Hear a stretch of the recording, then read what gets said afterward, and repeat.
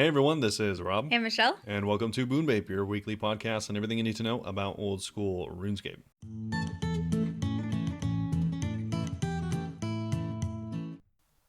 Uh, All right, so this week up on the docket, we actually have a special episode, special guest. yeah, Gluten Girl is joining us later in the episode. Timestamps down below if you are only here for gluten. Yeah, We'll be discussing stuff first. thanks to her, and shout out. Yeah, feel free to skip ahead if that's all you care about.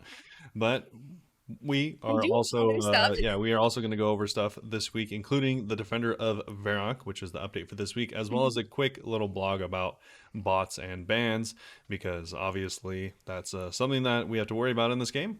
So we'll be talking about that, and and then I think that's it. The Q&A. Oh, Q&A, of course, as Yes. always.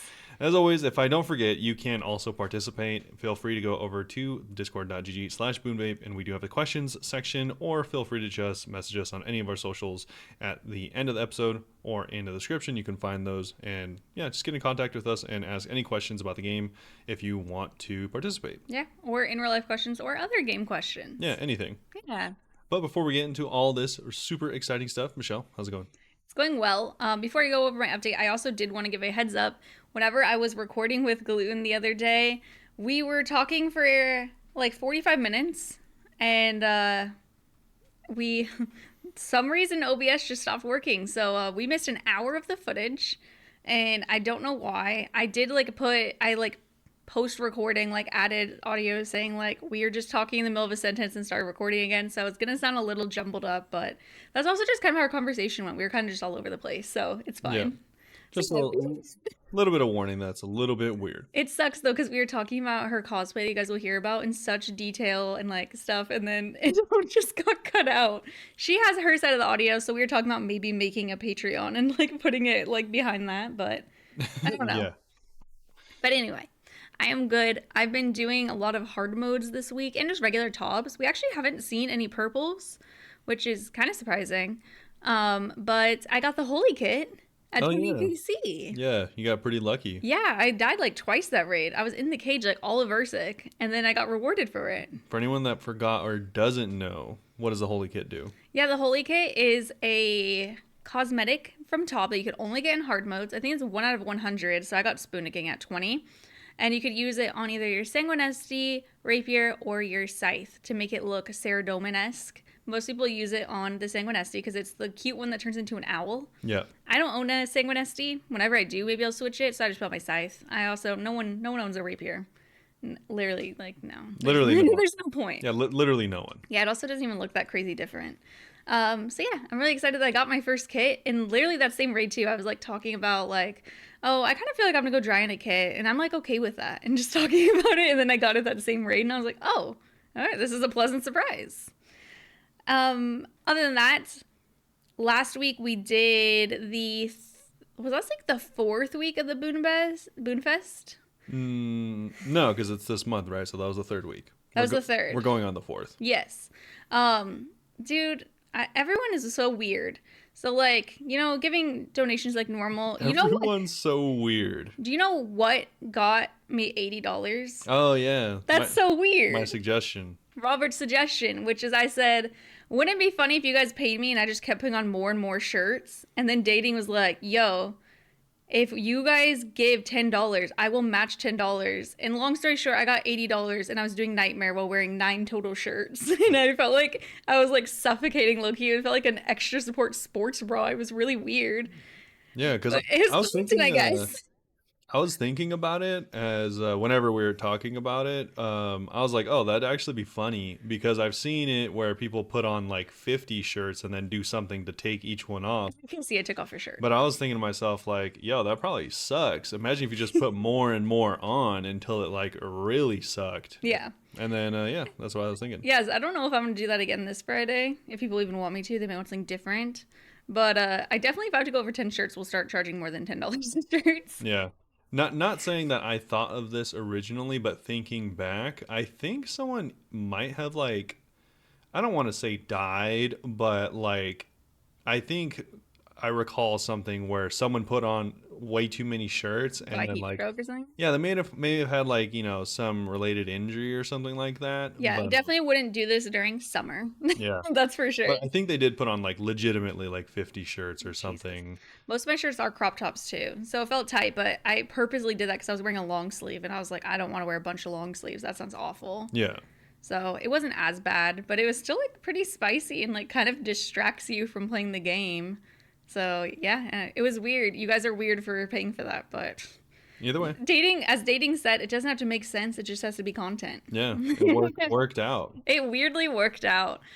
So this Friday we are doing week 4 of the Boonfest. My cosplay is going to be so interesting.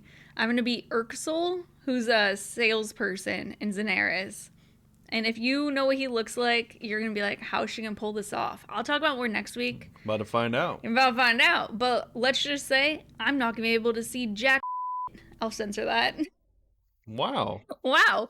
Concerned for that. So for that reason, because my visibility will be low, I chose the boss this week to be Timperos. Tempe. Yeah, Timpy. I'm almost 98 fishing, so it's perfect. Yeah.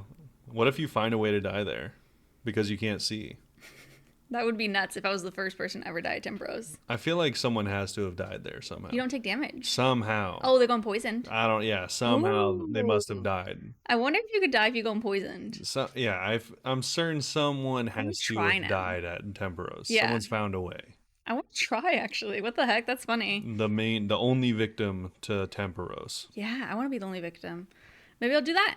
But yeah, so I'm very excited for my cosplay and for the Boston competition. If you guys haven't heard or if you're new to the podcast, the Boonfest is me raising money so we can go to Runefest this year because we want to hang out the homies.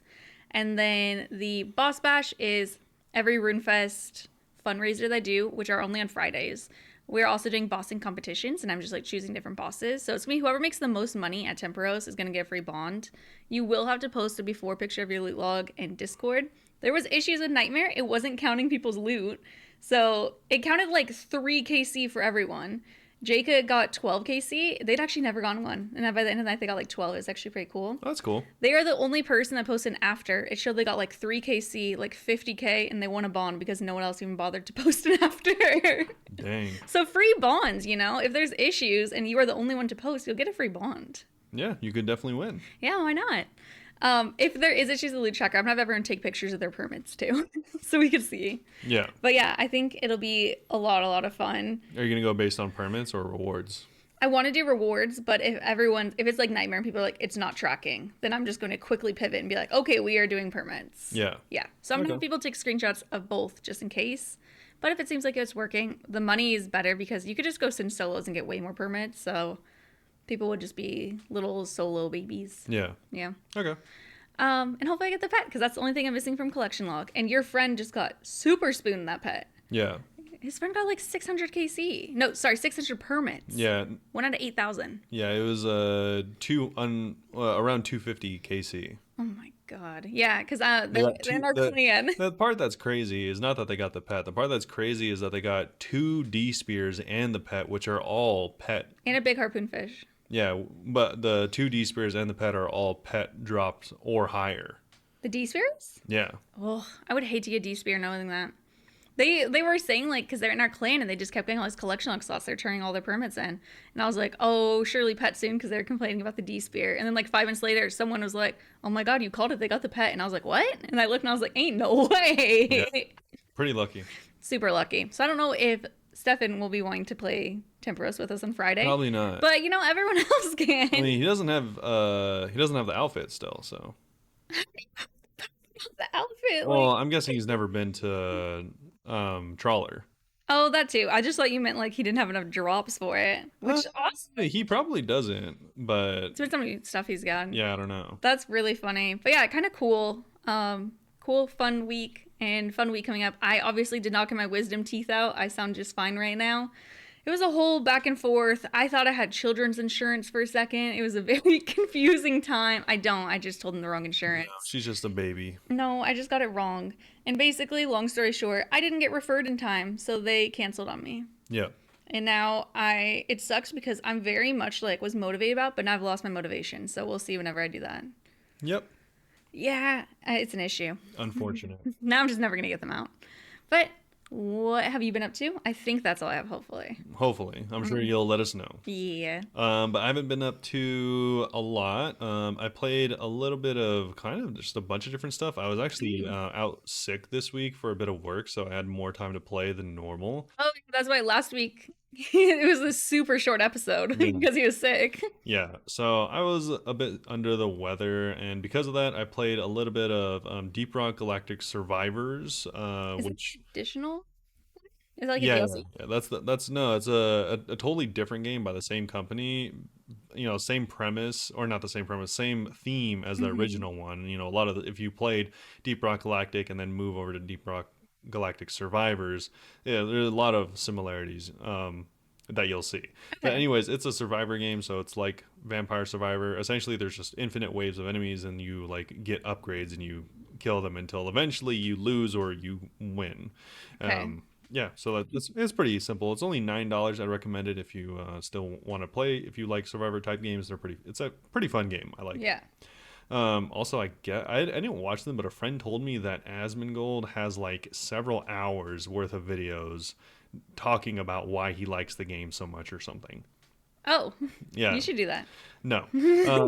Yeah, so I played a little bit of that. I played a little bit of a few other games. Honestly, I kind of don't even remember what the other games were. Oh, I played a friend bought me Enshrouded, which is like a survival game. So like you can build a house, you kill enemies. It actually is kind of a cool premise. The world it's like post-apocalyptic because like the shroud took over everything, and then you have to like go and venture into it, and you can there's like food and enemies and actually magic and stuff like that too. That's It's actually cool. kind of a cool game. That's Enshrouded, you said? Yeah, Enshrouded, but I'm not. How many games did you play this week? Because there's already another one I'm thinking of that you haven't Yeah. said yet. Well, the thing is, I think I might have played that last week, but I forgot to mention it. But Okay. I'm not actually playing it seriously until the friend that bought it is done with the other game we're playing because we don't like focusing on so many games at one time, Yeah. which is delayed because he's going to a funeral this weekend, so he can't even play this weekend, How unfortunately. dare he? Yeah, like tell your grandma to pass later. Uh, Brutal. anyways, besides that, I The other game? don't really know. I'm The trying to think of Last of other games. Okay, I didn't forget it. Like she's more excited to tell you about the game I've been playing than me. Because I didn't know you played that many games. Besides that, I am sure I played other games, and if I remember, I'll bring it up. But I do not recall which ones I played. Not Um, RuneScape. that being said, I did not play any RuneScape. Have That not, year membership going strong though. dude. It's Ninja still, logged in and was like, wait, why do I still have members for another year? dude. The thing is, even if you buy the year membership, if you log on 6 months out of the year, it's worth it. It probably is still worth it. Yeah. No, it mathematically is worth it. Yeah. So Ninja was literally going to get free bond from Wraith for Temporos because for some Ninja doesn't log in for anything, but he's logging in for Temporos. And then he went and logged in. He was like, I still have a year's membership. And I yeah, think he still might have gotten the free bond still. that's weird. But So greedy. yeah, no, I have not logged in. I did have a feeling I was like, oh, it'd be kind of fun to log in, and then I didn't. You went and played something else. Yeah, Yeah. but I was considering it. I was also considering logging into World of Warcraft, which would have Wow. been Literally. quite the dive, Wow. quite the dive. But anyways, the game that Michelle wants me to tell you about is because the official 1.0 launch. It's been in early access previously, so it's not that big a deal. It's been in early access for like a couple years now. Is Last Epoch. So it's a game very similar to Diablo and Path of Exile. It's an action RPG, top down game. And it's pretty interesting. It's pretty fun. Essentially, I don't really know the story, honestly. You're just killing enemies, but it's kind of cool because it's there's time travel, so there's different timelines. So That's you kind can of cool. like travel back in time to like the age where there's dinosaurs and kill them, and then you travel into another rift in time that goes forward in time when everything's ruined. That's So fun. You didn't tell me how this game works. That's actually also why I kind of wanted you to talk about it yeah. because I don't even know anything about it. Well, that's generally the story. How the game works is just like every other action RPG. You just walk around and kill all the enemies, Okay. and build up your character. But there's themes. Yeah. So that's the theme is time travel. So it's pretty Time cool travel's cool. in that way. The launch for the game was disastrous, which was to be expected.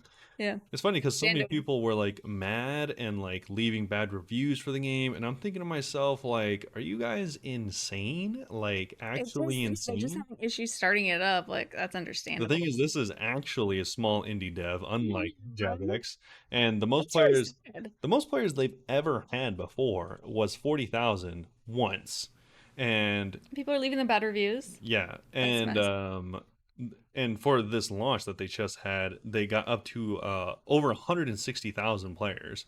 So, three times almost as many, or actually four times as many as they've ever had. Yeah. So obviously they ran into issues. I don't know. It's funny because actual AAA studios like Path of Exile and Diablo Blizzard have similar issues whenever they launch their games. So I don't know why people thought this would be any different.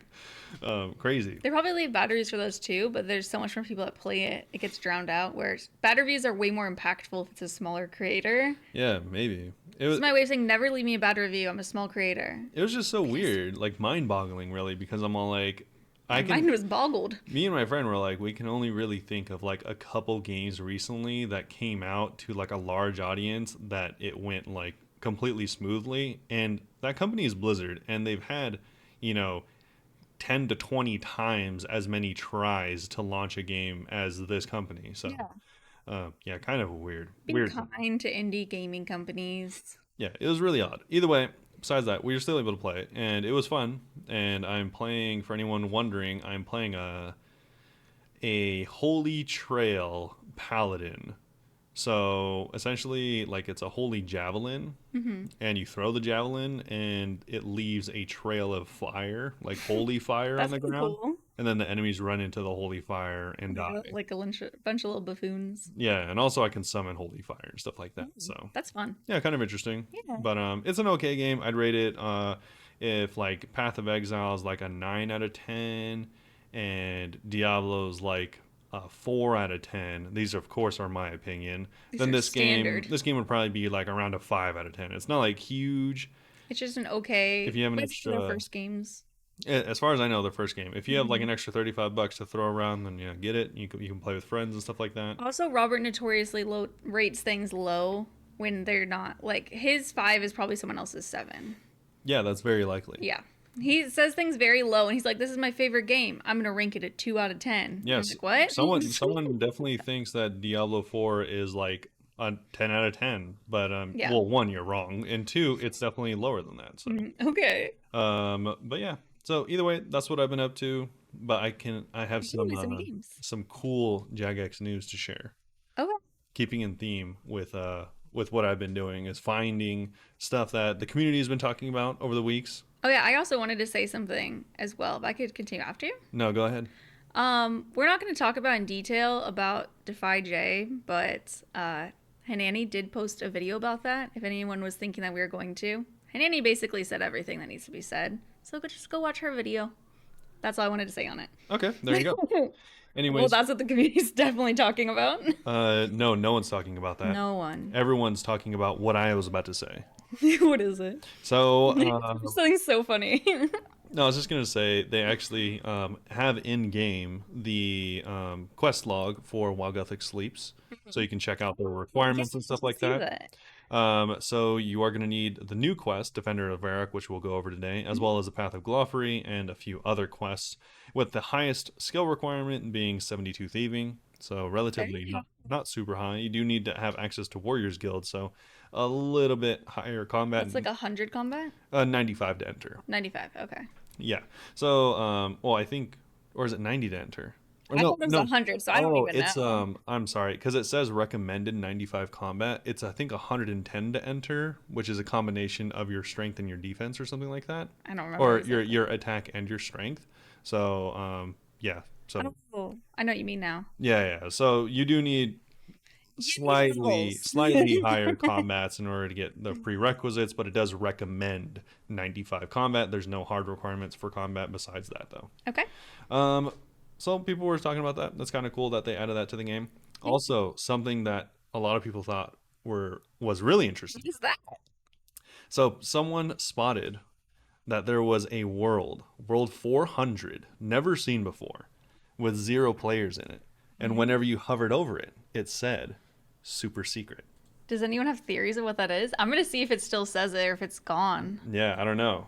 Check if it is there. But people were having like all kinds of like outlandish ideas. It's still there. Still says super secret. 14 people. 14 You know people in what? it. They're probably making some series or something in that world. Yeah. Gilmore Games, maybe? No, I think that's already done. Yeah, I think it's it's already done. filmed. So I thought it was really funny, and Mod Rock was the only mod to reply, and he said, "Super secret, isn't it?" In it. Yeah. That's actually a pretty decent So, response to that. the community's been, They're kind of. definitely making some kind of competition. If there's 14 people in there right now, like, it must be some sort of battle royale situation. I feel like they're either filming something or they're testing something that they need to have the servers active to try and test. I think it's filming something. But yeah, I think it's probably more than likely filming something. And probably they're working with content creators. Like, yeah, I wonder if they did something like this for Gilmore Games, because they honestly should. they should. But the last days of Gilmore Games, one of the funniest parts was they were in the middle of doing it, and they were just like in this dungeon, and some random noob showed up in the middle of the dungeon and was like, "Hey," and they just like gave him a bunch of stuff. Yeah. Yeah.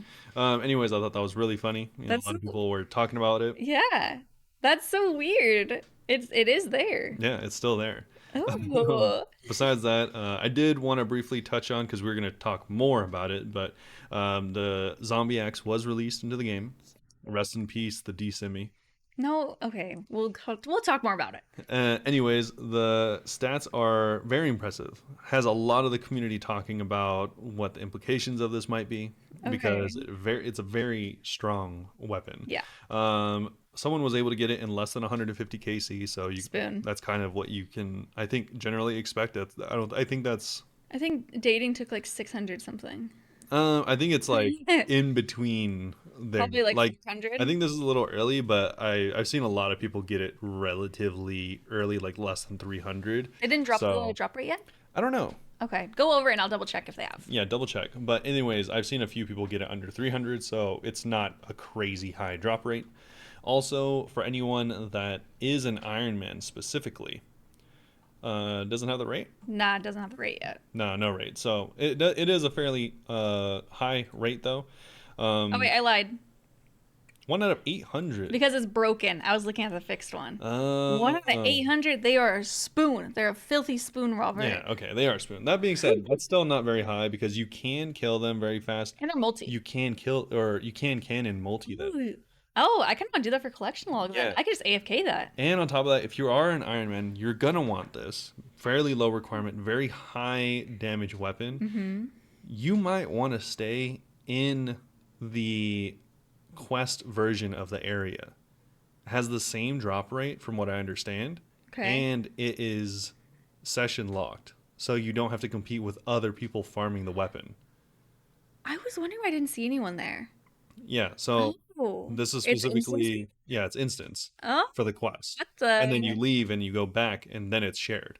interesting. People are saying that supposedly it's the same drop rate, and they still have a chance to drop it even in the quest. So if you're an Iron Man, maybe consider staying there for a little bit longer and get your axe before you continue on. That's something I like that they've been doing is, I mean, if it was available during the quest, presumably someone did the quest and got the drop immediately. Yeah. I like that they've been doing stuff like that. DT2, people were doing the quest version of bosses and got the pet, and we're like, wait, what? Like, Yeah. I think that's actually kind of cool. Also, what's funny is you didn't notice this guy under 150 KC got the axe.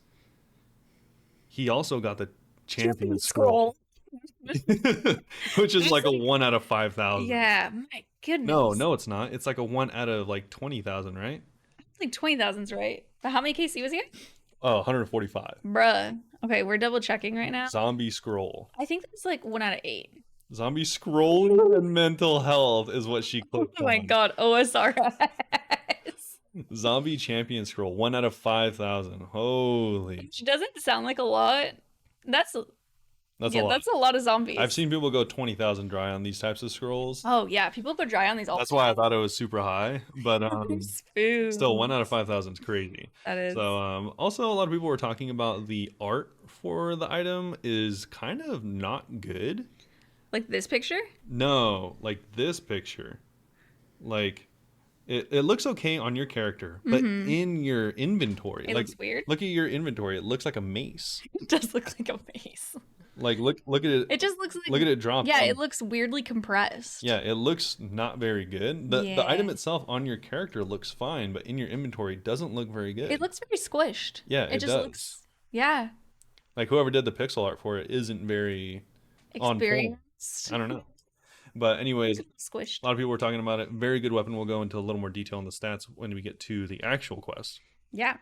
Besides that, there were a few more things that people were talking about. For anyone that was wondering, the crystal armor or for the Leviathan fix, it was fixed based on this person's input. So, because I know a lot of people were, even if you prayed correctly against Leviathan, you're still losing a lot of charges from Leviathan. So that, even though that wasn't mentioned in the update originally, it has been fixed. Yeah. So I thought, always forget that there's even charges in the crystal armor. Yeah. Until I ran out and I was like, what? yeah. So I thought I would mention that also. I think it's also fixed with a divine potion because I think it I didn't hear was. that. I think the divine potion was hurting you or taking your charges, but I am not confirmed on that. That would be really annoying if divine potions took charges off your armor. I think it was. Yeah, because you take 10 damage whenever you do a Yeah, divine. yeah. I think that was an issue. Oh, that's really annoying. Yeah, so Weird. let us know if that's been fixed. I can't confirm that. People were saying that it might be, but anyways, that's something I thought I'd bring up. Also, I thought I would go through and kind of mention something about bots because we're going to mention it later. Yes. So I thought this was really funny, and maybe this is what led to the bots blog that we're getting. Okay. And I mentioned this to Michelle because she didn't know about it. Oh, yeah, yeah. So I earlier, forgot. earlier this week, so CVC is the venture capitalist company that now owns Jagex for $1 billion. And a lot of people Small indie company. were making quite a fuss. This happened early this week. Okay. So, or actually later last week. So people had a bit of time to talk about it because it was actually quite a statement for someone to say. So this is a message coming from the incoming management of the new company. Who don't know Jagex at all.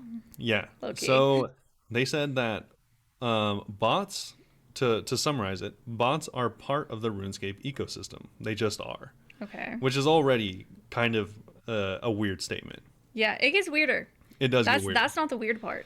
So they went on to say, and this is a quote, "The main focus within the game is to make sure the excess of bots are policed and managed. Flagged accounts are managed out of the game, and therefore what is left inside the game is a sort of equilibrium of players and bots." They say, this is the crazy part, if I have 3 accounts, there's a good chance that one of them is me and 2 are bots. If a player is sufficiently committed to pay for 3 accounts and have an account and 2 bots as part of its ecosystem, then so be it. But the management team of Jagex police excess of bots and make sure that bots do not become an issue. They're saying everyone has a bot. Everyone has two bots. I'm sure I know people that bot and I don't realize. But what do they think of is the botting that bad? Do all you guys secretly have 2 bots per account? Like Apparently. So that was quite a crazy statement. Taken out of context because that is just like That is a quote. I don't know how you can uncontext that. No. But like what? Yeah. How many bots do you guys have? That was crazy. That was the craziest That's thing my ever. question this week. How many bots do you have? It was really funny because it was getting quite a bit of traction, and Madeiza had to step in and write a very lengthy post about how that is not the way that Jagex thinks about bots. That's how the higher ups who just are trying to make profit only don't care about the game. Yeah. So I thought that was really funny and something I had to God. mention because that was such a Such- ludicrous statement. So confused. I was like, I personally have like 18 bots. Yeah. So many. Yeah. That's Also, so weird. totally just reminded myself, speaking of ludicrous, he's actually playing at the fair here. We should go see Luda. No, definitely not. I want that. But Oh my god. yeah, We're gonna have a busy summer. anyways, that's all the news for this week. We can go into the actual updates, starting off with Yeah. the Defender of Varrock. Yeah, Defender of Varrock is the new quest that just released today. The Majorat storyline continues as darkness falls over It Varrock actually released yesterday. yesterday. Foreboding, a foreboding gloom. it's So excited to say gloom. I said foreboding. it's so foreboding. Foreboding gloom, littered with the shambling undead and permeated with an ancient evil. I'm reading so slow now just to be like sure. Has the fallen hero arrived, foreboded, returned to bring the city's demise.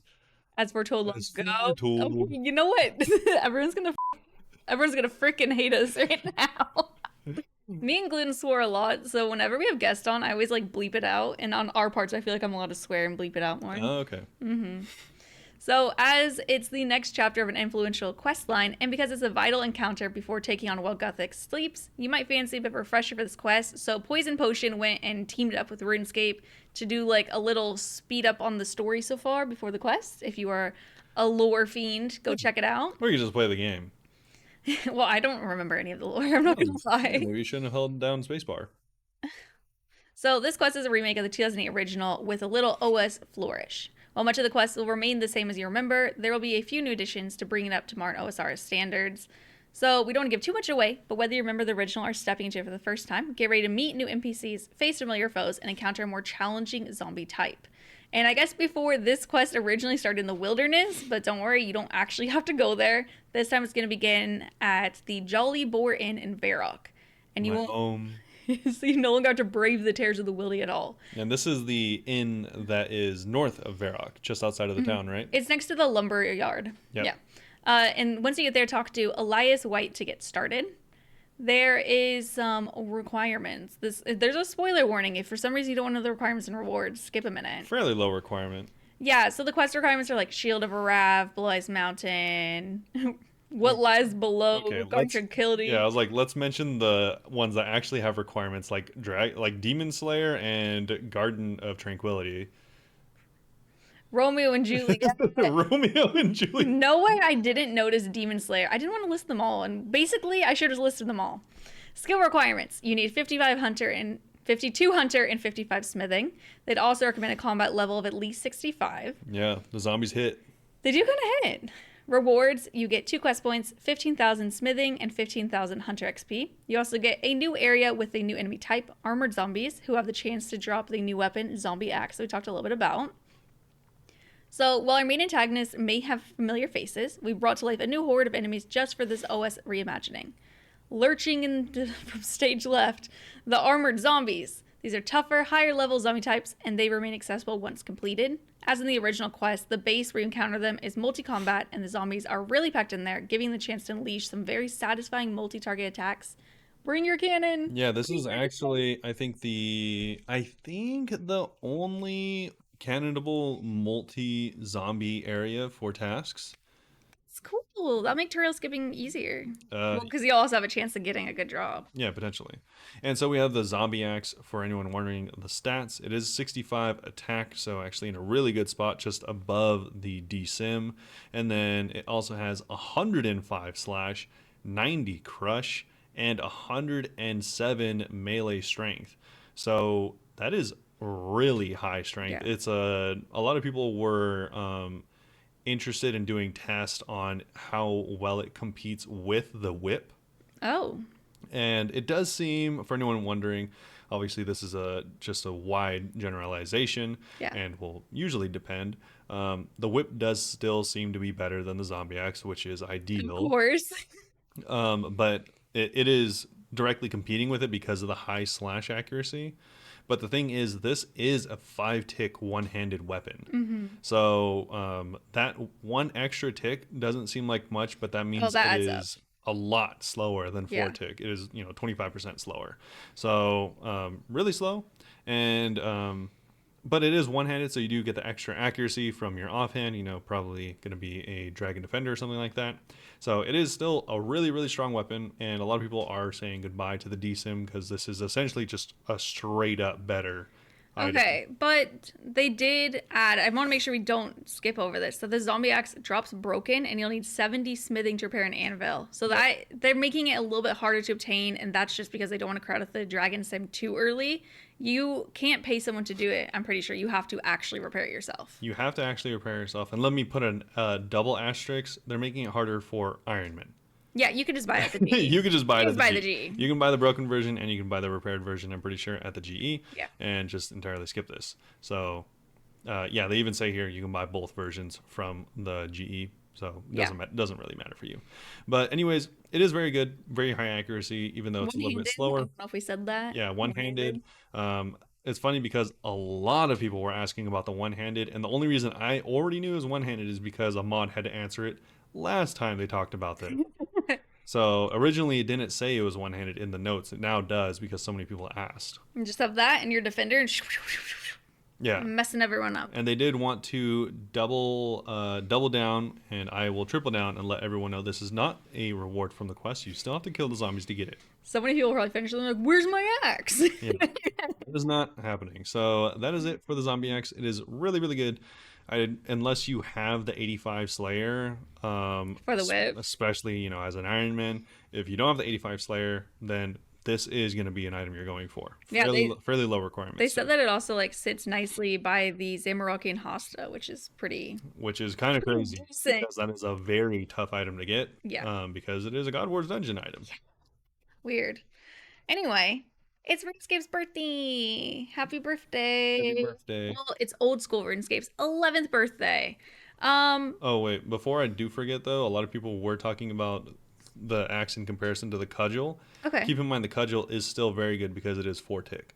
Oh yeah. So 5 tick is like really, really slow. yeah, Like, keep that in mind. yeah.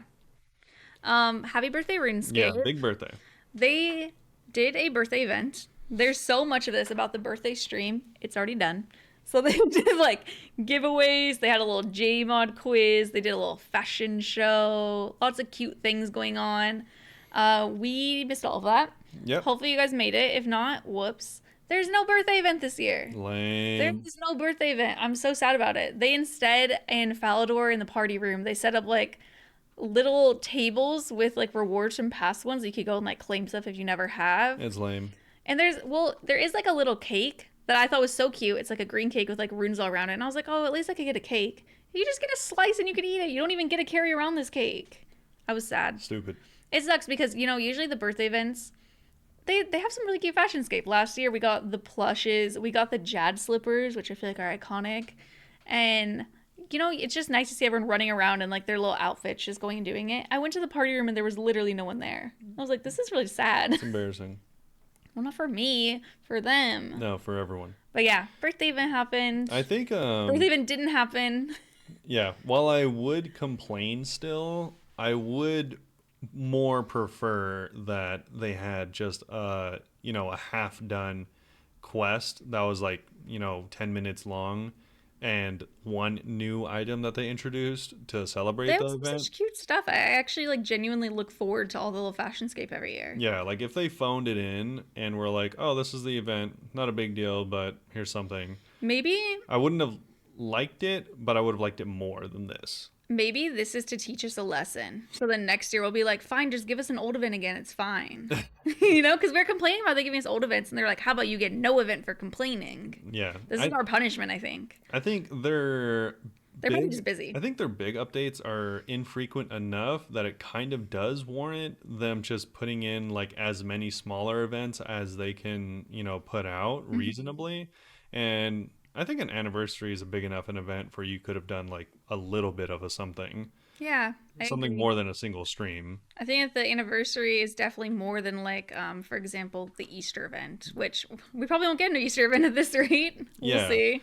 Like, I feel like they should just, like, I was like, oh, they should have, like, I don't know the UK versions, but, like, St. Patrick's Day. We actually have a question related to that in our Q&A later, too. That's what I was thinking about. Yeah.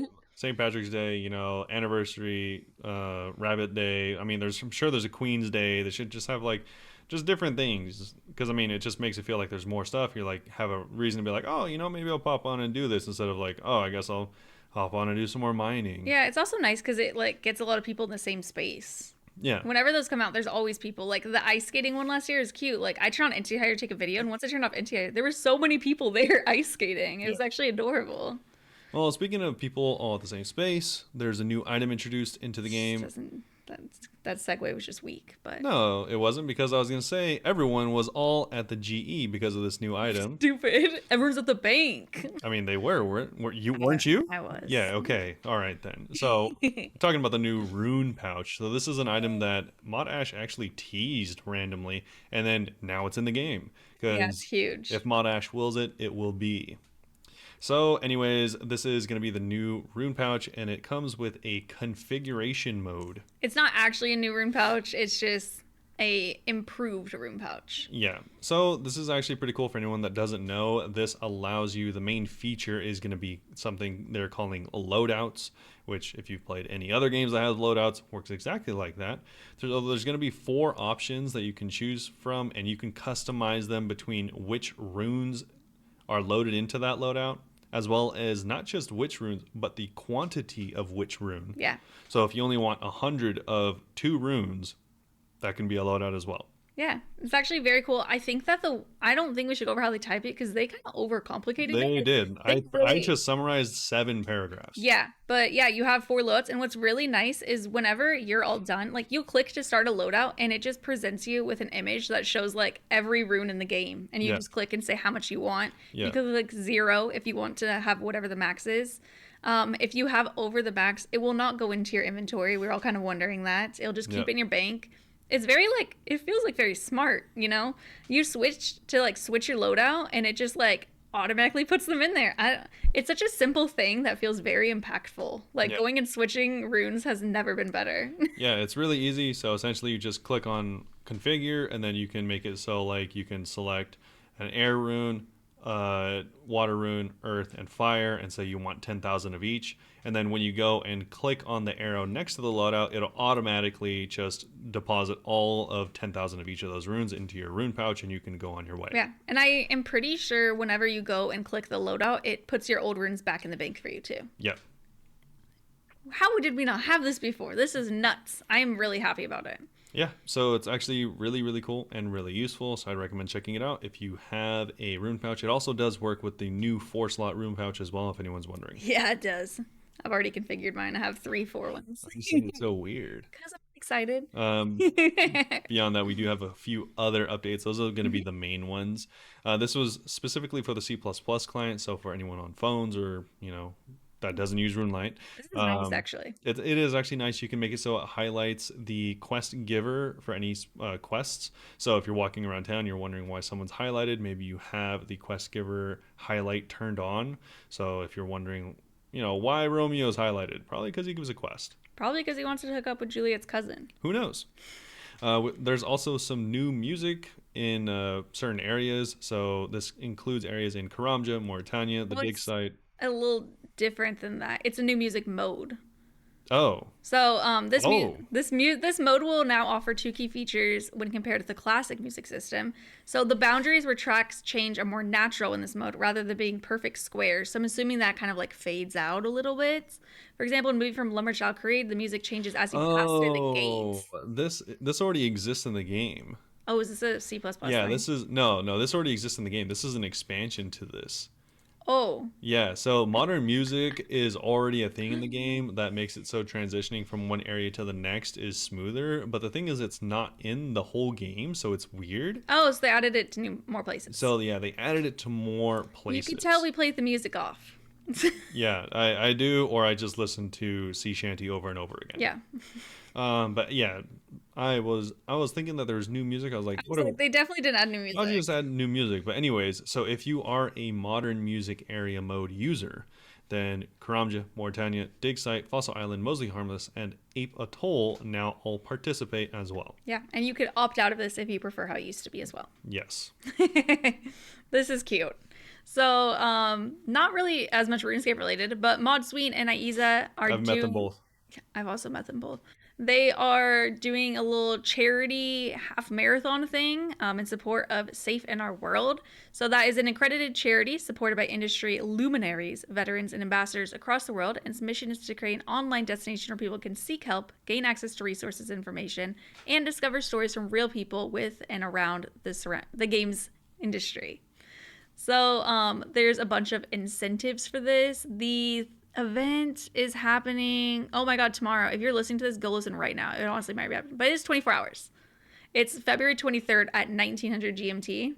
So it'll probably be like around not long after this is out. It'll be starting. It's funny because this is actually all happening on Madaiza's Twitch channel, which Exactly. Oh, that makes me sad because RuneScape isn't even doing it. Yeah. You could tell that they just approached RuneScape and were like, "Can you guys announce this for us?" For anyone that doesn't know, Madaiza does actually stream in his spare time. So this will happen over on his channel, and they will have donation goals up to $7,000, which includes an additional 24-hour stream, and also Sween and Aiza using cosplaying as the Sandwich Lady and a cat girl during their marathon. Yeah, that's just 5,000 pounds. Which one do you think is going to be the Sandwich Lady? I think Sween is gonna be a Sandwich Lady. Yeah, I could see that. Because Aiza gives off cat girl vibes. Yeah, I was about to say. I was literally going to say the same thing. Aiza said meow during the Winter Summit. Like, that was hinting to this cosplay. No one even told him to do that. Everyone just wanted to. No, he just wanted to. Probably. I mean, I don't blame him. The mukbang live stream, I hate that one. But yeah, the goals. It says Aiza feeds Sween specifically. So we'll just go over all of them. 1,000 pounds is a 24-hour live stream with various challenges, forfeits decided by the community. 2,000 pounds, the live stream mukbang. 3,000, Aiza and Sween makeover on stream. 4,000, live stream the marathon from Aiza's perspective. 5,000 is the cosplay. 7,000 is a second 24-hour live stream afterwards. For other incentives, there's going to be various Jagex staff exclusive merch raffles. I wonder if they like partnered up with Mitchie for it. I don't know. And also for 100 pounds, you get a cameo style video from Sween or Aiza, but they specified it has to be safe for work. No asking them to like moan for you or something weird. And to make it a little bit cooler, Jagex is matching donations up to €5,000. How much? Or pounds, sorry. How much did the company just get bought for? Only 5,000, really? Yeah. They just sold for almost $1 billion. Come on, you guys. Do you want to do some quick maths? How many times 5,000 would you need to get to $1 billion? I can't even comprehend. I like that they're matching at all. It's nice. I think that they should do more. Is it 200,000? Ew, I don't know. Barf. Yeah. It's I don't know. Lot. Let us know. I know it's a multiple of 2, but I don't know if it's 200,000 or I don't think it's 2 million. I didn't realize it was on Aiza's account. So this is definitely just they're doing it and asked probably. Can we put this in the news post? Yeah, exactly. I do wish that Jagex was matching for more, but I do like it. Anyways, they also, if you do want to participate, they have a click here button if you want to already donate. I mean, you can also just donate outside of the actual event if you miss it for some reason. Of course. Also, they have this a year. Is a bit of a bummer. Yeah, a year in review update. So in January, we shared an update about the year in review, which we described the technical issues preventing us from sending emails to approximately 1% of the eligible players. We've made good progress with identifying the issues. However, it still isn't ready, and we don't have a clear date when it will be, aka this isn't that important to us. As we move further into 2024, we've made the difficult decision that we're not sending them out. So yeah, if Tina, she forgot hers. Yeah, if it didn't work for you, then it will never work for you. That sucks. This was a new initiative for us, and we learned a lot, but not enough to make this successful.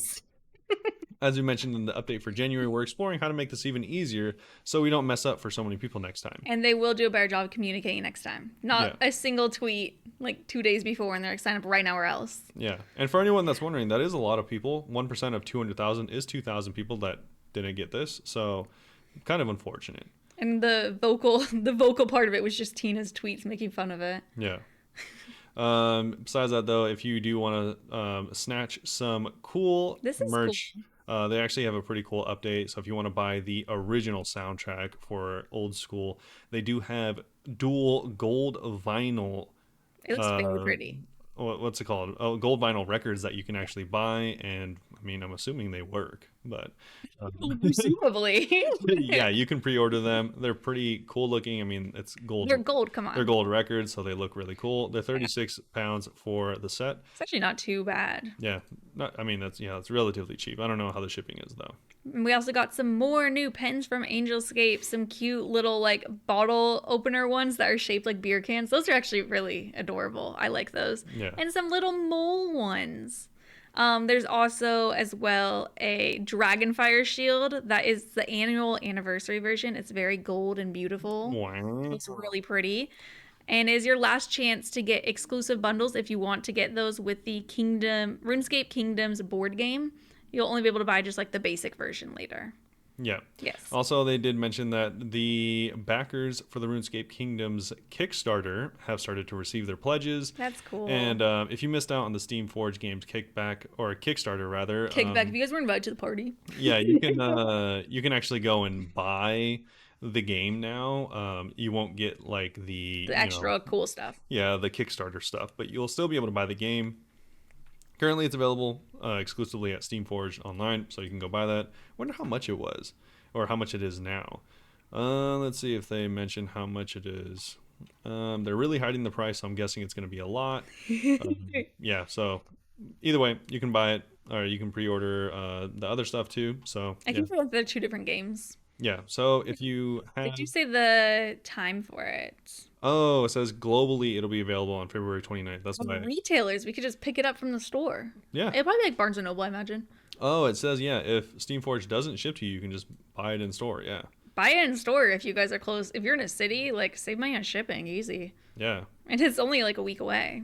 I would do that. Pretty cool. Ooh. Oh, so if you wanted to buy the deluxe version, which comes with absolutely everything, it's around 245 pounds, which is a lot of money. It is the deluxe version. It is the biggest, largest version, so you can get the smaller versions if you just want to try it out. That is the tabletop game for anyone that's wondering. Yes. Some other small changes. These are some huge changes too. When pouring buckets of water into the hopper in Trouble Brewing, your character will now use all your buckets one by one without you needing to click repeatedly. I literally had to go to Trouble Brewing earlier this week, and I kept forgetting. I was like, it doesn't... Can you just do it all at once? And I was like, no, you can't. You have to individually click each bucket. Yeah. So I was very excited about that. It's funny because you might wonder who cares about that, but... Me. Collection loggers. The amount of people commenting about this was a lot. Yeah, so people... don't brag when they do Trouble Brewing. They just do it for collection log slots and don't talk about it. Well, and you just AFK it. You don't really active play it most of the time. A lot of people are saying that they like the game, but it's just so annoying. But now that they've like slowly been improving it, they actually are like wanting to come back to play it more. I actually think Trouble Brewing would be really fun if I could have a team of people to play with. Yeah. But whenever I go, it's just people AFKing, so can't really do much. Yeah. The peak option on the winches at SERP now gives the player count in all 3 caves. This information is also available from the Keymaster for convenience, so no longer having to run around. Yeah. The flickering that occurs when fighting killer watts has been toned down. As such, the epilepsy warning before fighting them has been removed. People were saying that this is cool, but maybe don't remove it just yet. I wouldn't remove it just in case, but I also think it's really funny that it took them so long to remove flickering that could cause a seizure. This is the second time.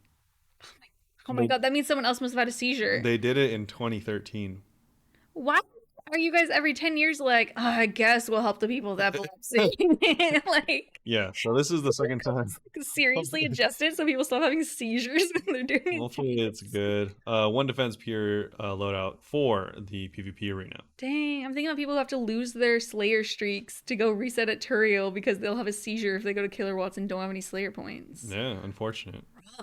We are not going to cover this whole thing about bots. They did come out with a blog that we mentioned earlier talking about over it. Bots, bans, and appeals. Honestly, this is not a very compelling update, which is, and also just generally it's a very long update. This is like 20 paragraphs long. Yeah. There's not a lot of information in it. So we could read. I don't even know what we should read. I mean, we can just mention some of the stats because they're interesting, but essentially this is just saying that they're still trying to deal with bots, but they have no real way of dealing with them, so they're just trying their best. They do say they're banning people all the time. Yeah. They're like, we ban 5 billion people every day. We ban 1 trillion bots every day. Every second of the day, someone's getting banned. I actually have part of it I want to read about once we talk about that. After we talk about the bots, I wanted to say something else about the bans. Yeah, they're saying that what sparked this blog is the recent changes to the wilderness content.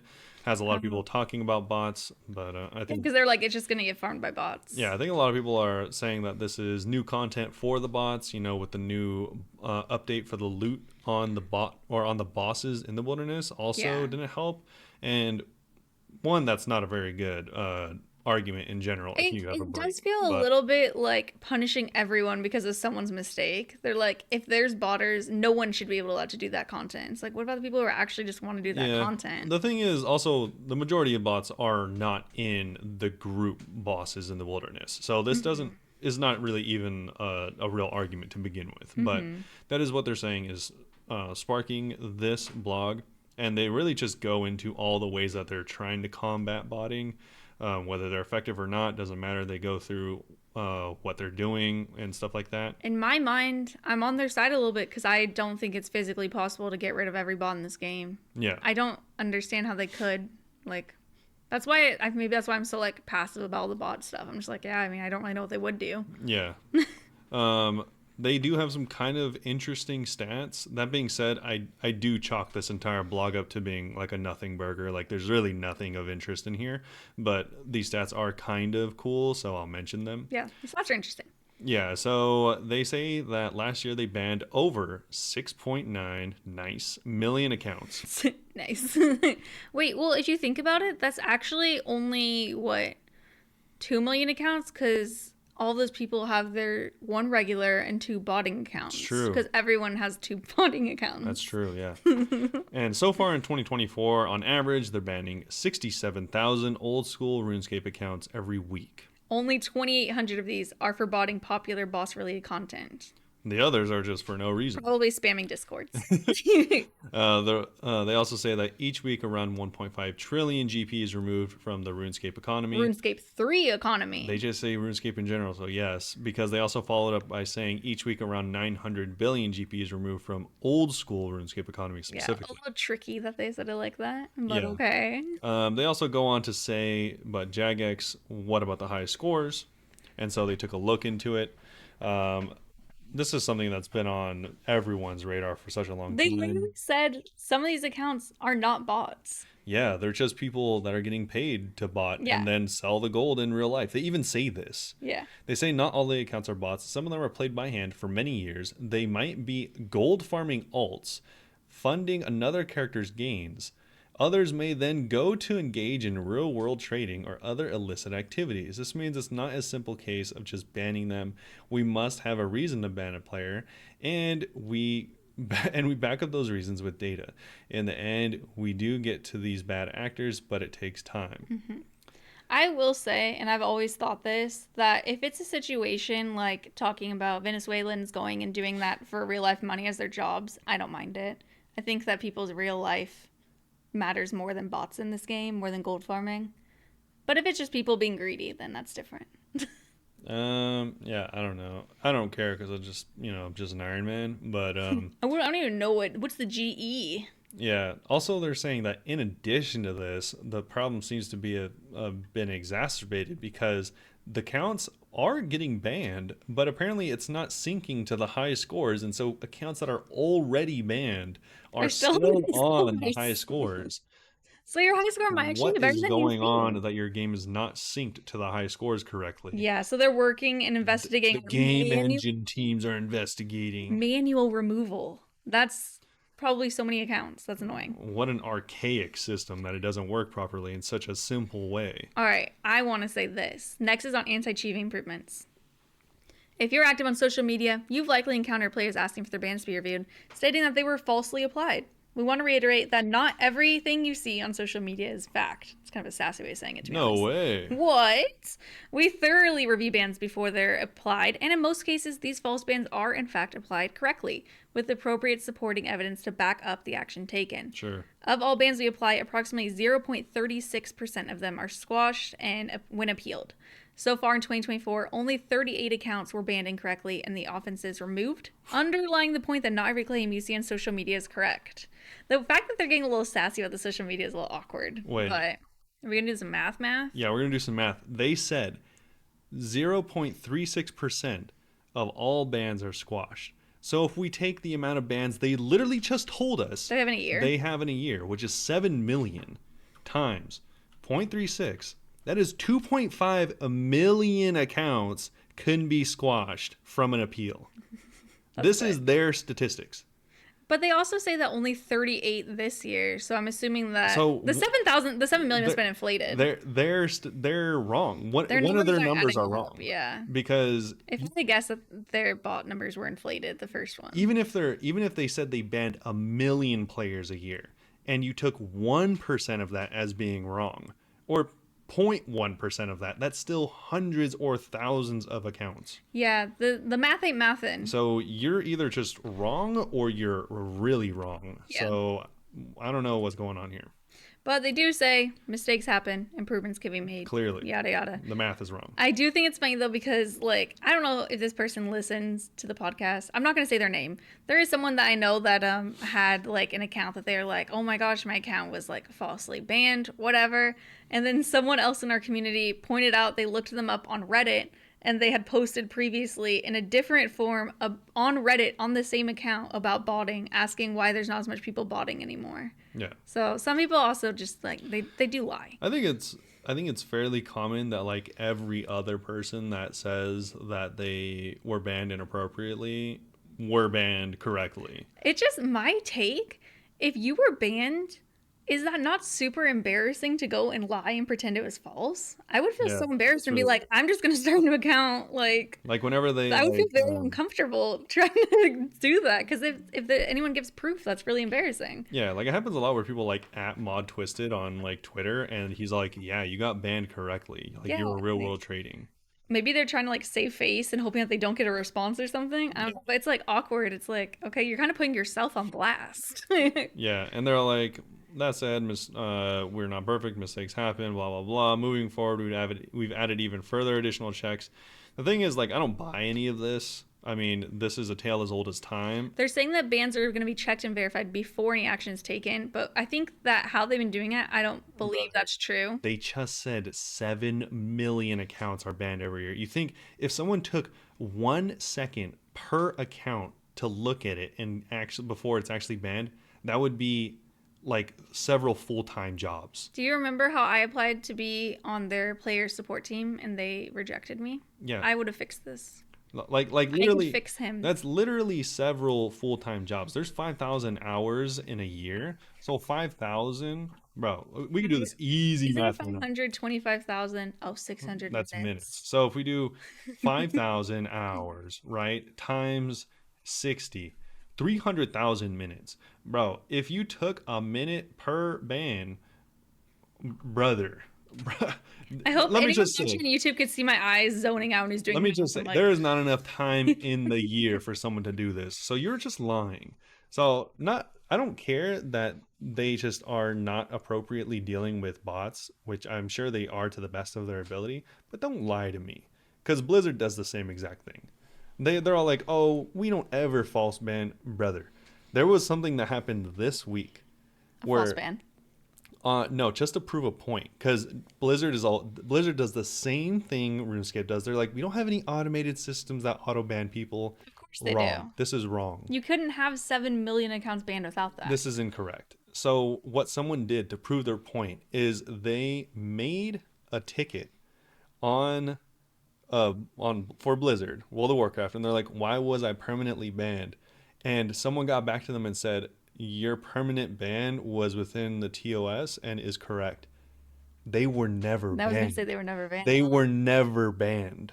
Wow. So they automatically returned and said that this is a correct ban. On an account that's never been banned. They were playing it when they put in the ticket. Speaking of embarrassing, Jesus. If I worked for Blizzard and that happened, I would be like, oh my God. That's God. why I said this blog is a nothing burger, bro. You are just lying through your teeth, which is fine, but don't pretend that I'm going to believe it. They should just not post a blog. This is not something that you needed to address in a blog. You didn't help at all. No one's reading this like, oh, thank God. Yeah. Okay. Anyway, jeez. Let's get into some questions. Yeah, on to the Q&A. So this is the Q&A with Robert. I did a Q&A later with Gluten Girl. So, well, there'll be 2 Q&As this one. I don't answer with Gluten. I'll answer with you. Oh, okay. Yeah. So first, we're also going to take some of Gluten's questions because a couple of them I really liked. Okay. First is OSRS questions. Wraith asked, what topic would you choose if you had to give a 20-minute TED Talk about something OSRS related? Bans. Yeah, you could. You totally It would could. either be bans or like real world trading Well, I feel like you or guys are saying you're very informed on as well. I was gonna say farming. maybe PKing. How would you give it on PKing? You know nothing about PKing. I peek at a lot in other games, It's not the same. and I don't like it in this game. But trading as well. Okay. Mine would be farming or like Chambers of Zarek. I feel like I like talking about Chambers of Zarek. It's a really fun raid. Yeah. I think it's cool. And like you could talk about it a lot. There's so much rooms. Um Next is from sorry, I'm skipping through the ones that are just for gluten. Matt on Disc said, when is the last time you made a huge mistake in OSRS and in real life? We'll answer the in real life one later. OSRS, hugest mistake. Oh, when I got my account hacked, it was compromised because of my fault. Do you want to tell people how or no? No, I haven't made. I essentially just gave someone my credentials. Yeah.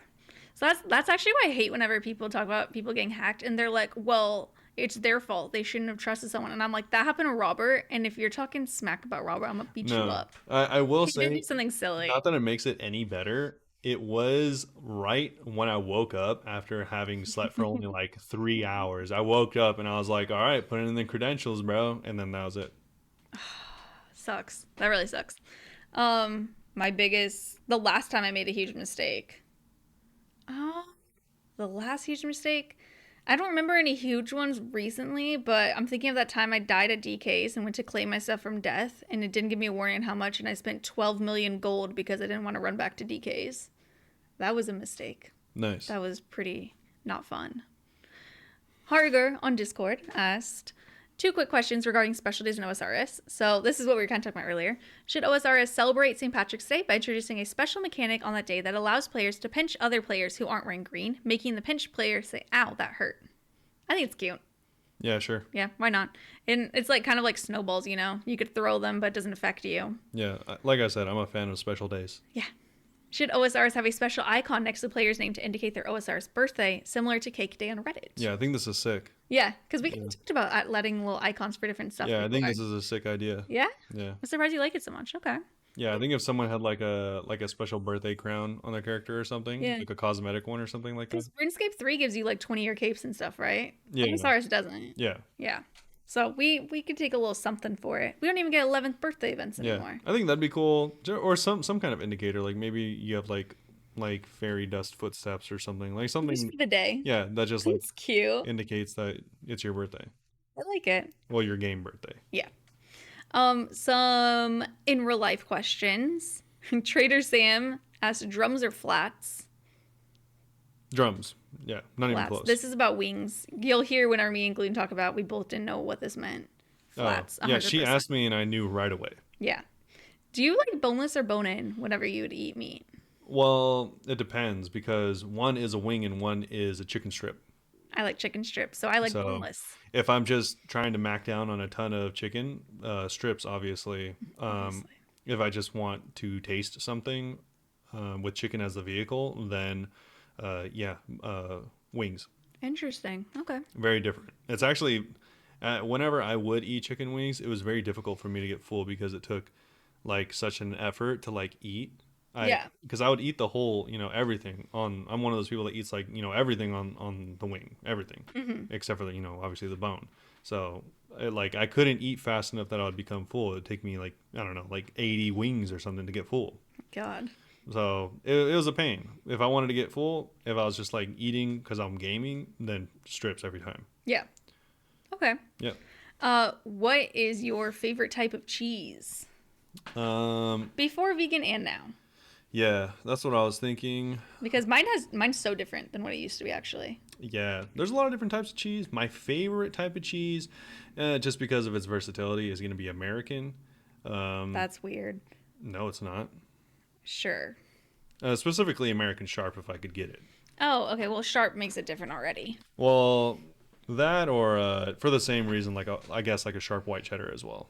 Oh, that's a good answer. I like Tillamook sharp cheddar or medium cheddar if I wasn't feeling too crazy. As a vegan, I like Violife a lot, and I like Violife Colby Jack. Is it called Yeah. Colby Jack? Yeah. Oh, okay. I was like, is that a person's name? No, I mean maybe. My Surely oldest it is. sister, her high school boyfriend's name was Colby. So I got confused. I was like, wait, is that? That's embarrassing for him. That's But kind of a weird name. yeah, no, anything that relatively represents cheese, I don't care. Oh, cool. Okay. Yeah, Next is from Raniel. What is your favorite type of bread and why? Mine is garlic bread. that's Garlic bread. cheaty That's such a good because you could answer. just say cheesing bread, which is just pizza without the Well, it's sauce. how I make bread, or how I make pizza, it's just cheesy bread. Yeah, All right, well, we'll answer. I like sourdough. I like sourdough. I think it has a more unique taste to it, and it's not as basic. yeah. My But like favorite. garlic bread or cheesy bread should be the answer. Yeah, sourdough is definitely one of the best breads. Yeah. My favorite bread is probably brioche, which Ooh, is I thought you were gonna say focaccia.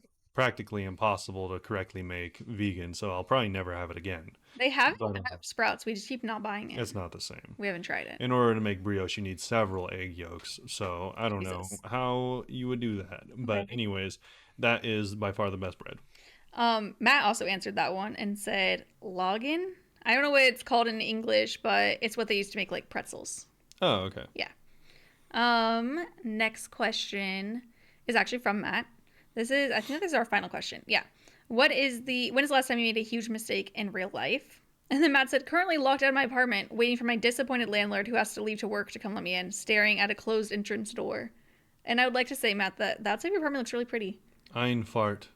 Freihalten. Eine fart. That's what it says on the sign. Can I tell you something embarrassing? Yeah, sure. Yesterday when I was streaming, I was talking about I just feel so tired at the beginning of the stream. I was talking about usually I feel tired because I start out by farming, and I wasn't sure how to word that. I was trying to say I like to start by farming, and I said I like farting. I could just feel my face turn red. I was like, I Yeah. don't think anyone clipped it, which is I'm like happy. When But I the just truth is a Freudian slip away. said straight up, I like farting. Yep. Naturally. This is dying. Last huge mistake in real life. I don't know, every day I wake up. Can you not be so freaking emo about it? Oh my god. Mine, other than the one I did answer with gluten later as well, my last one that I thought of was not saying anything when me and Nella were getting tattooed and that guy was touching his phone because my tattoo got infected. That was a genuinely huge mistake, not telling someone, hey, please don't put your dirty hands on my open wound. Regrets so much. Unfortunate. Yeah. I don't know. I don't really think about regrets or No regrets. yeah, I don't know. It's been like so long, I don't even know. I have like daily small regrets, but no like Tell us a daily small one then. anytime I spend money. I don't know. Like those are It's small really regrets. Yeah. really dark. Hey, also update. I had a third interview for that job. Yeah. I don't know if there's gonna be a fourth. I'm not sure. But Probably 10 more. Who knows? I actually saw I got an email. I'm scared it's from them. Can you imagine if I find out while we're recording? Oh, never mind. They Oh, never rejected mind. me. But luckily people will not have to wait for that because we're Yeah. going to move on to Gluten Girl. And I am back with our guest this week, Gluten Girl. Say hi. Hi. Before we get into anything else, tell me about your bajillion accounts because you have like 18, 19, 20 accounts, something like that. Something. I counted, and depending on how you want to count, I have 6. I'm gonna call them real accounts, and then more other accounts. Oh. Okay, so okay, like accounts from before I transitioned, and like RuneScape 3 accounts, which we're not gonna talk about. It's not But, real. It can't hurt us. I have 6 accounts that Okay. are like Active? accounts. Do you still play all 6? There's currently membership on 4 of them. Big I have logged- spender on those accounts. I don't want to be, but it's like I played 3 of them just constantly for like a year, so they all have annual, and like I haven't played 2 of those in months, but Yeah. like it's annual, so that's how it goes. And then I just put membership on one like yesterday, so At it's least you're usually not doing free. bonds. That would be like 40 mil in bonds every month. More now, right? Oh no, yeah, it'd be every 2 weeks. 80 mil in Literally. bonds a month. Ugh. I was sitting there just like crying yesterday, going like 11 mil, No, it's ridiculous. $13. 11 mil. I'm like, a sixth of a Virtus robe top, $13. Yeah, I no. guess if you like trade gold, I think gold's like 12 cents a mil, but you'll like get banned. So what's the point? I don't do that. Nobody thinks that's like the most sus thing I could possibly say. I don't do that because if I lost my account, I would cry. But I could understand the temptation there. But yeah, It's so hard to not like when you get like a big drop like a TiVo. oh, It's you so think hard to about it. not. It's so hard to not think about it. Yeah, it's Like- not worth enough, honestly. If it was worth like thousands, Never. It's That's like, I mean that's yeah. I'm sorry to keep Twitch interrupting you. funds my accounts. Twitch funds my Yeah. accounts. That's Yeah. how this works. And I'm like, if you take away my accounts, then I have nothing to do on Twitch. That's So, that's like- exactly how I feel. Yeah, if I lost it, I'd just be like, well, what now? Like, I don't want to make a new account. It looks like I'm becoming a Minecraft streamer now. That's a shame. Yeah, I would just become a Baldur's Gate 3 streamer. Which no one likes yeah. watching the streams for those, but Rip. yeah. That's how it goes, right? Yeah, I just like watching your Escape. So in order from oldest to newest, I have my Okay. main, which I made in like 2018. Is it a regular main? It's not an iron main, is it? It's a main. Okay. It's my collection log account. So like I do Oh, whatever okay. I need to do to get collection log slots. And then my hardcore is the second oldest. I logged into it like a month ago, but then didn't want to play it at all because I've just made more interesting snowflakes since. Yeah. So like I just got on. I'm like, what's even the point? Like originally I wanted to get a quest cape on it, but like I just don't. It's Feel it's like not it? gonna. It's not gonna be able to. Like up to DS2, absolutely. I bet I could beat Busta. I could probably finish Beneath Cursed Sands, but like DT2, I haven't even finished that on my main. Like it's not No. gonna happen. That's what I I'm like. Died so many times. Yeah. I'm like, I spent a lot of time complaining about how hard quest bosses have gotten. And I'm like, this is the real end game. I want them to make them all easy so that I can have my hardcore quest cape finally. We need a more easy scape in this day and age. Absolutely. Give us Absolutely. entry mode DT2 bosses. Well, I'm just like, I just don't think PVM belongs in quests. That's my 2 That's cents. such a hot take. Such a spicy. Tell me about it. Oh my you do not know God. how many arguments I have had about it. Is I recognize that there is not another human being who feels the same way that I do about this, but I'm not backing down about it. I feel very strong. I get it.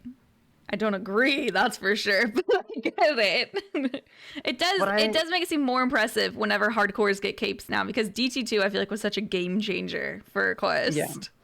There's like a billion just like- bosses. I'm gonna use this platform to proselytize my Say whatever you need to say. gamer rhetoric.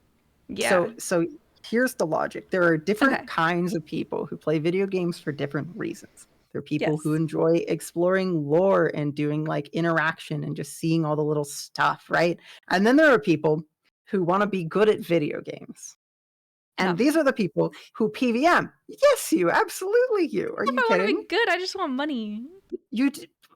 But you do hard mode Tob, like you excel at the game. That's like what you're trying to do. Some people aren't interested in that at all. Like That's fair. I want you to understand that I have 6 accounts because every time I get to the point where like skill is required, I just restart because that's not what I want to do.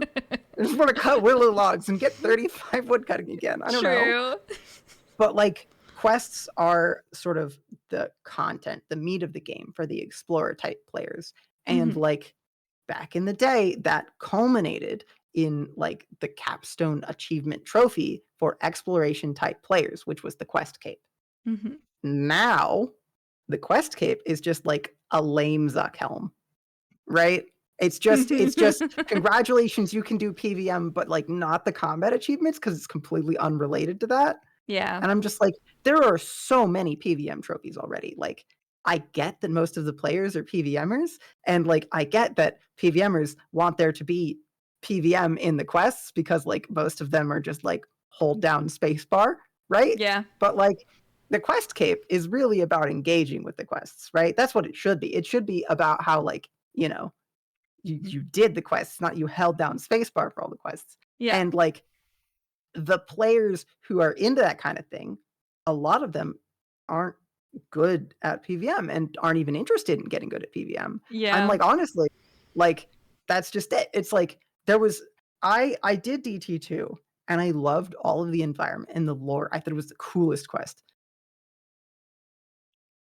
The bosses But made me like rage, like actually, like literally, I don't have my quest cape right now because I know how the quest ends. It ends in that like boss rush thing, yeah. and like I Oh, that tried it was 4 pain. times, and I just got frustrated and like didn't have the money in my like bank to keep funding dying a bunch of times. So I just said, Yep. "There's literally no point. Like, there's nothing here for me, right? I've already got all the Dang. lore, Yeah. so like it's just and like."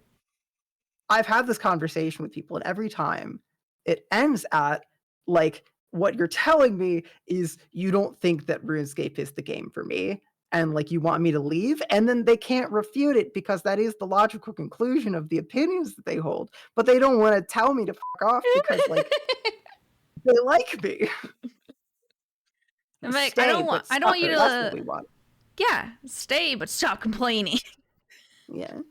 Just So, like I don't know. PVM.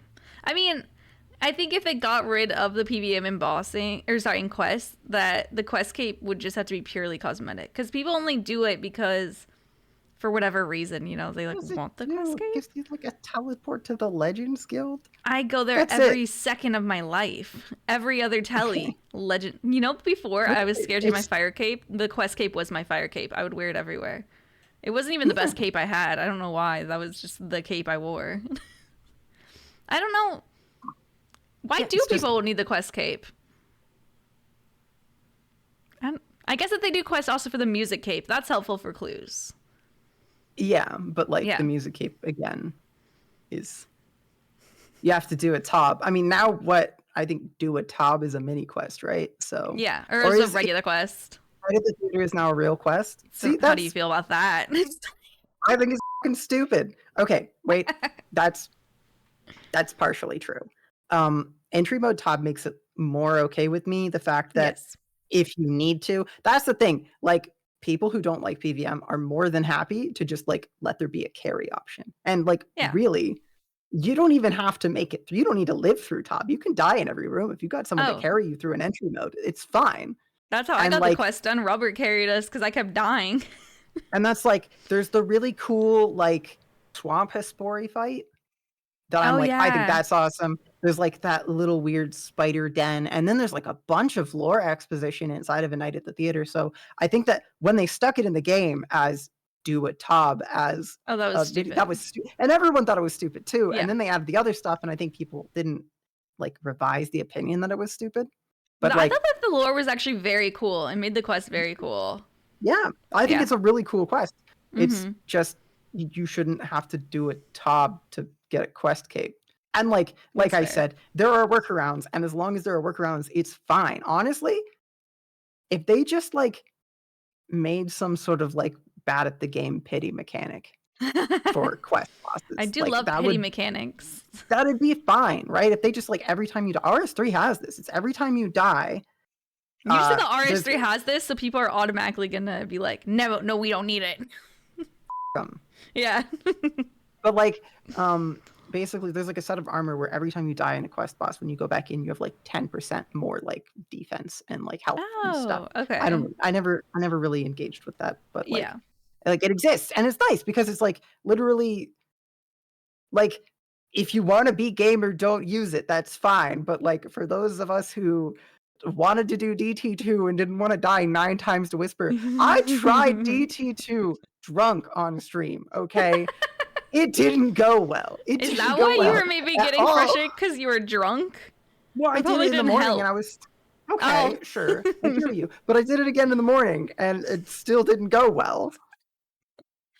You're still upset. Yeah, I don't know. I'm still very upset. I just think the ending is very frustrating. Even with like 99 all combats and like decent gear, I feel like it was just a matter of bringing enough food almost for me. Like, I don't know, maybe I was just like doing it wrong, but that's how I felt. I was like, just every time I'd just be like down to like one piece of food and be like, okay, I'm almost there. It was kind of annoying. I just like kept like DPS failing on the Dwarven Crossbow Girl, probably because I wasn't like doing the mechanic right or something. Yeah, you have to I spent like too much time killing the shadows and hiding from her big thing. Yeah. Not enough time to start. Hiding So I from like her tried big going thing. face and just die. Yeah, she's got like the massive crossbow you have to hide from, and you just like take a piss every time. She has to hit the other ghost instead, or her little copies. I don't know. It's weird. I was not expecting that. I actually was getting very frustrated at the end of the quest because I thought it was just like all the regular bosses, and I was like, "What is this? Why is there like 6 more mini bosses at the end of this quest? Like this is annoying." Yeah, that was a very PvM quest, and it's like, you know, I was gonna say, if this is the game, if this is the direction that the game is going, that's fine, right? Like ultimately, if this isn't, I don't know. I've been playing RuneScape since I was 8, so I think that I'm kind of held hostage, but like I probably like I'll get more frustrated and take more breaks. Yes. Is the real answer. Or like, I mean, I'll just keep doing what I do, which is like once I get to the part of the game where like I don't like it anymore, I just start a new account. Some other stupid restriction, right? Yeah. Oh, restrictions though. What are your other accounts? We went on a little rant about DC2. A main, like completely shelved hardcore. Then I have a GIM that I started before Leagues 3. That a GIM? A GIM? Yeah. A GIM, a group iron. I've never heard it called that. Some IRL friends and then their IRL friends. So like nice. It held together better than most GIMs, honestly. Yeah, ours held together well. That's what I always like. You need one person who's the anchor who just plays it like it's their iron account so that everyone else can kind of come back and be like, there will be someone playing on it. Yeah. Right? Like there's always someone there. So like I come back and I play and I just like ask him, hey, what do you need right now? And he's like, go get amylase. And then I log out because I don't want to do agility. But never mind. Then I have Gluten Tiles, which is the UIM tile man that I've been playing for like, God, must be like on 2 years now. Really? Yeah. That's a minute. I started it like March 1st of 2022 or something like that. Damn, okay. And then I think that's your most well-known account, is your tile account probably. Yeah, I think that between that and my main, those are the 2 that I'd call my primary accounts because like the main is a collection logging account and it's the Gluten Girl account and all that. So like you have to play on that one. No, I love it. I like collection logging. Collection logging is fun. Yeah, I'm running out of non-PVM stuff. Oh no, I was gonna say I can't wait to talk in more detail about it and confront you on how you're gonna have to do PVM now. I'm doing Vorkath. That's what I'm doing right now. Because it's really like whatever. I don't love Vorkath. They're all the same to me. I'm not gonna lie. Really? Vorkath is the same as like Chambers? I like Chambers. I know you like Chambers. That's why I said Chambers specifically. I like the puzzles. I like the crab. The crab room is my favorite. You like the crab room? Get out of here. I love the crab room. Who loves the crab room? What's wrong with that? No, like doing the crab room in solos is just very satisfying. Oh, I've only done like 3 solos at Chambers ever, and it was like years ago, and I don't think I even did the crab room because I probably would have gotten frustrated. They always just, as soon as you freeze them, like the ball is already passed, and then they unfreeze right as the ball is passing, and I'm like, I'm gonna lose my goddamn mind. It's definitely like a timing thing. Yeah. Then I have 2 more accounts. Yes. Just tell me to shut up next time. That's good. Each account gets its own tangent. Yes. I made a hardcore skill pier. What's level 3 account, hardcore. Oh, is that new? Get any? I have a video on it. Oh my gosh, I haven't seen it yet. That was before Leagues. I'm gonna link her YouTube, by the way. Look at the episode description. But I'm bad at RuneScape, so it died. Actually, I think I've lost 2 of them already. Stop. But I still have one that is like a 500 total with a red helm. Yeah. That's funny. Like 35 quest points or something like that. So this one account is actually 3 accounts. Yeah, one of them I don't even know what the username is, and then one of them I turned into my newest Snowflake. I'm very excited about this one. Okay, this one I don't know. 10 HP pure. Why? So I I'm really intrigued by how much you can get done in the game without actually doing any damage, Okay. right? Yeah. Like you have cannoning, right? You have like poison dynamite. So like there's some stuff you can kill, but the other thing is like for like a skill peer account, there's a lot of stuff that's locked behind the number of quests that have like any combat XP as a quest reward at Yeah. all. So like you can't go to Mauritania. You like there's a bunch. Yeah, Whoa. that's the biggest one, right? Because you get Yeah. prayer XP for priest and peril.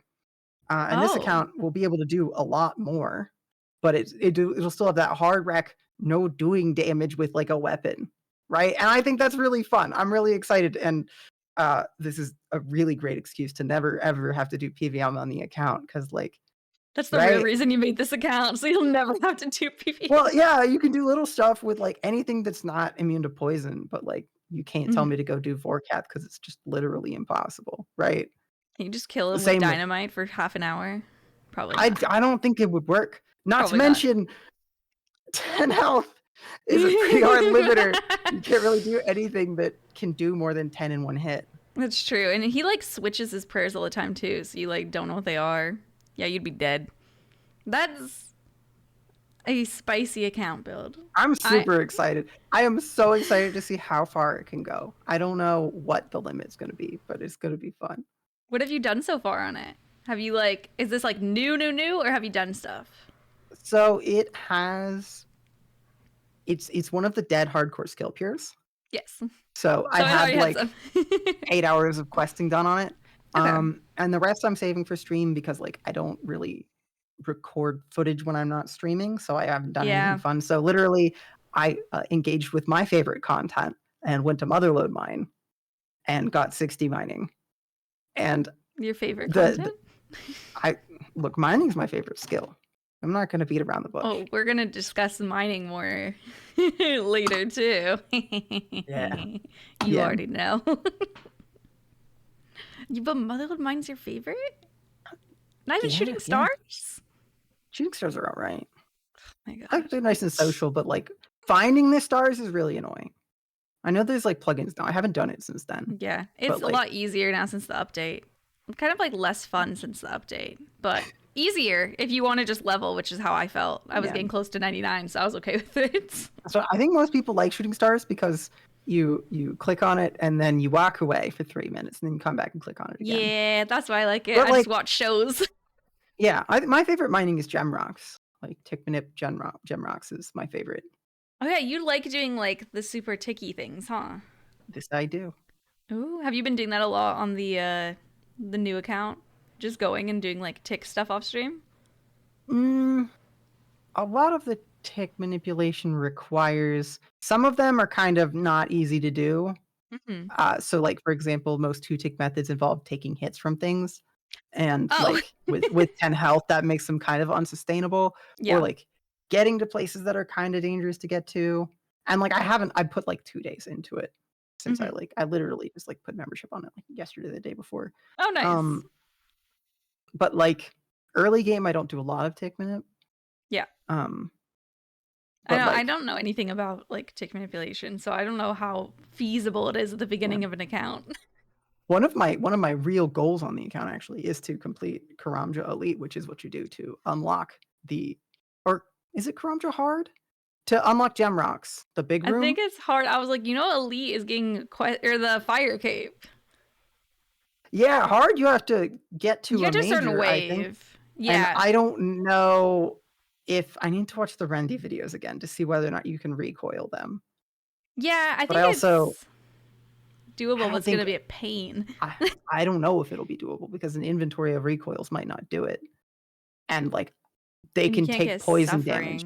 But like I'm not going to risk blowing the account to try a fire cape one time. No, that's true. So I forgot you can't use combat. I was just thinking like 10 hit points. Yeah, only. No doing damage. It's a real my God. That's It'll be stressful. Fun. I'm very excited about it. Well, I don't find it stressful. I will say let's just like I set like attack options to off, turn off auto retaliate. I'm like just it's a pacifist account because I'm still poisoning things and shooting things with cannons. Letting them die because isn't- they hit you and the recoil damages Listen, them. I'm just saying, listen, loading a gun isn't. Let's not get political here. Oh my But god, Gluten. you load a cannon. That's not killing the thing. The cannon's doing the killing. Good lord. These are not my political opinions. I I know, swear. I was like, Jesus, who is she? No, gun control good. I'm just gonna say it. I was like, I thought I knew you. Never mind. But in RuneScape, all politics aside, the cannon does the damage, not me. Yeah, loading a multi-cannon is a totally pacifist act. Completely pacifist. If someone who doesn't play the game doesn't know what we're talking about, that sounds like the most insane statement you could ever say. Loading a cannon is actually very pacifist to me. I think the poison dynamite is probably more violent things. Just putting poison dynamite next to an enemy is actually the most pacifist thing I could possibly do. Yeah. Like, listen, I'm not doing any damage. I'm just putting poisoned explosives next to them and then lighting them. It's just. And whatever listen, happens next is none of my business. Occupational hazard, really. What the fuck? So you can get up your combat, just not prayer. Yeah. Or sorry, not hit points. Yeah. So I think, like, I'm excited. This is the funniest thing. I am super excited about leveling Slayer on this account, which is funny because Slayer is my least favorite skill. Really? But when it, yeah, God, I don't get a lot of joy out of killing things in RuneScape. It's just, you only do when you kill them by just standing there menacingly with your dynamite. yeah, like the idea of getting Slayer through alternative methods is super appealing. So like, I'm very excited to get Slayer on that account. How It's are you kinda gonna funny. train it? Like XP lamps, or is there other Most feasible of it- ways? Most of it will be cannons. I think the typical skill method for a long time was cleaning finds at the Varrock Museum, which is something god awful, like I heard of 500 that. XP per hour or something. Oh my Um, god. But Pures can probably get a little bit faster now with like Poison Dynamite, Turiel Slayer, or something like that. Yeah. But Okay. like, I don't knew that really- XP lamp, so I wasn't sure. I didn't really think about the dynamite and the cannon, how that would make it faster. I was just like, that's disgusting. You gonna try to get 99 Slayer? Look, my main's 85 Slayer. Let's start with 99 on that one. Like, It's your least favorite. You're never gonna get 99 on that one. well, that's this year's project on the main is getting Slayer for Achievement Diary. To be clear, I don't want to do. I just want to get the Achievement Diary cape. Yeah, I was like, holy moly. It's like a really high rec. It's like 93 or something to get into. Oh, 95, I levels or think. something? No, it is 93. You're right. 95 Yeah. to Serb is what. Or not Serb. You know what? I'm going to shut 95 up. I'm going to stop to- talking. Kill a Hydra, but you can boost it with a pie. But the Smoke Devil's a hard rec, so Yeah. The quest, or what is it? The achievement diary was like my big goal on my account after I did the quest cape. It feels so satisfying. It has the coolest emote of like any other cape in the game, I think. oh yeah, for sure. It's my favorite for sure. emote. Hey, that'll be That's like- cool. Yep, it's just fishing and Slayer left. Something that's so it. chill and then something that you absolutely don't like. A lot of fishing I don't like. I'm not a big fan of Temperos. And like my thing with What? fishing, I don't know why. I just can't get into it. I'm really surprised. I was going to invite you, but now you're not invited. We're doing the boss competition at Temperus this week, but whatever. I I actually guess. did see that. I saw that and thought about it, and then You're like disgusting. I've always hated her. like the problem is that like the thing that makes me not like PVM hmm is the potential for failure. Oh, it's a Like- perfectionist thing. Something it's like it's not cozy. Like it Yeah. stresses me out and I don't want to be stressed out. I just want to like, kind of Have turn fun. off my brain and vibe. Any Yeah. content where I can die is content I don't really like. And like you can't die in temp, but like I was just gonna say you If- can't actually die in Temperus. if you're doing like a kind of meta method, then like You if can you like fail. mess up 4 minutes in, you'll fail and just lose 4 minutes of time, and it's annoying, right? It is It's frustrating. annoying to fail temp. You can go But, in like- mass. They Yeah. They don't usually It's- fail. That's true. Mhm. I like the firefighting method though. I do enjoy it. Really, I don't like that Yeah. method. Well, It's one of the ones that's too risky. Yeah. Like I feel like it's too Very easy to stressful. lose. it's stressful, but it's like enjoyable in like the like performing well is satisfying in and of itself way. Yeah. A fun stress. Yeah. If there's such a I thing. do want Volcano, which definitely counts. Totally. Ooh, I medium. love Volcano. Volcano's actually so Volcano's fun. I still haven't gotten the tool seed, and I'm 1,000 KC. It's weird. Ooh, 1,000. Wow. It's one of the stupid drops. I hate drops like this, actually, where it's like 1 out of 250, depending how many people are there. And then it actually varies with how many people. And I'm like, oh my God, shut up. Like, just give me a straight drop rate, please. Yeah, So yeah. I don't know how dry I'm going. I'm assuming at least a little bit, but. I have like 300 kills and I've gotten 2 of them, so you're probably pretty dry. Oh, you. All right. I've gotten the shard for the pickaxe, so that I have 1 collection log slot done there. But okay, wait, did you have more accounts? We go off track. Nope. That's Okay. all of them. That's all 6 of the real accounts.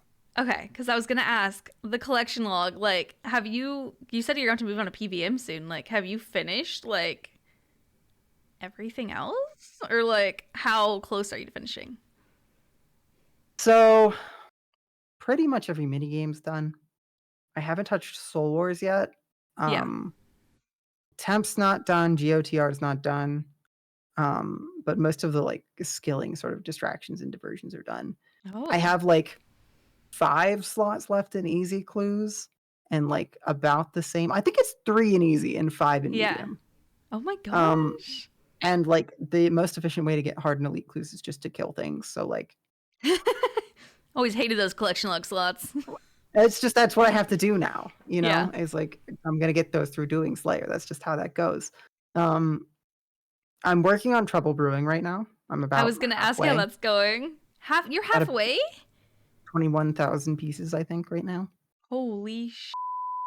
God damn. And then after that, there's like a 400-hour grind for Castle Wars. How many hours? 400, I think. It's very AFK. That and Trouble Brewing are very, very AFK. Yeah, you literally. I don't even think you need to do anything, to be honest. I thought you had to play, and I was like, it could be pretty active. No. Yeah, that makes actually no. I was getting frustrated less into Castle Wars because I was actually trying, and there's a bunch of people standing there, and I was like, they're not even helping the team. No, they're not. I was becoming toxic, but that's gonna be you. Probably. So there's like an active method with multiple accounts and like starting games early and like hopping worlds, but I have no idea how it works, and I don't know if I'm gonna bother. I feel that way with a lot of stuff in RuneScape. Like, I'm just gonna do whatever I'm doing. I don't care if it's correct. Or like when you can just enter and then wait, like play a different account. It's fine. It's fine. It'll get play done. one of your other 5 accounts. Yeah. I've got other things to do on other accounts. I don't need to, stress about it. I wish I had like the focus to play on multiple accounts, but I just get bored and want to play in my main. And then I could do AFK stuff like while I edit. I can't do it while I play other games, so I'll just like watch shows or listen to podcasts. But I've been like so into BG3 that I haven't been AFKing stuff because I want to do Scurious. Have you tried Scurious yet? No. Scurious might be chill for you doing collection log. There's only 2 slots. Yeah, but okay.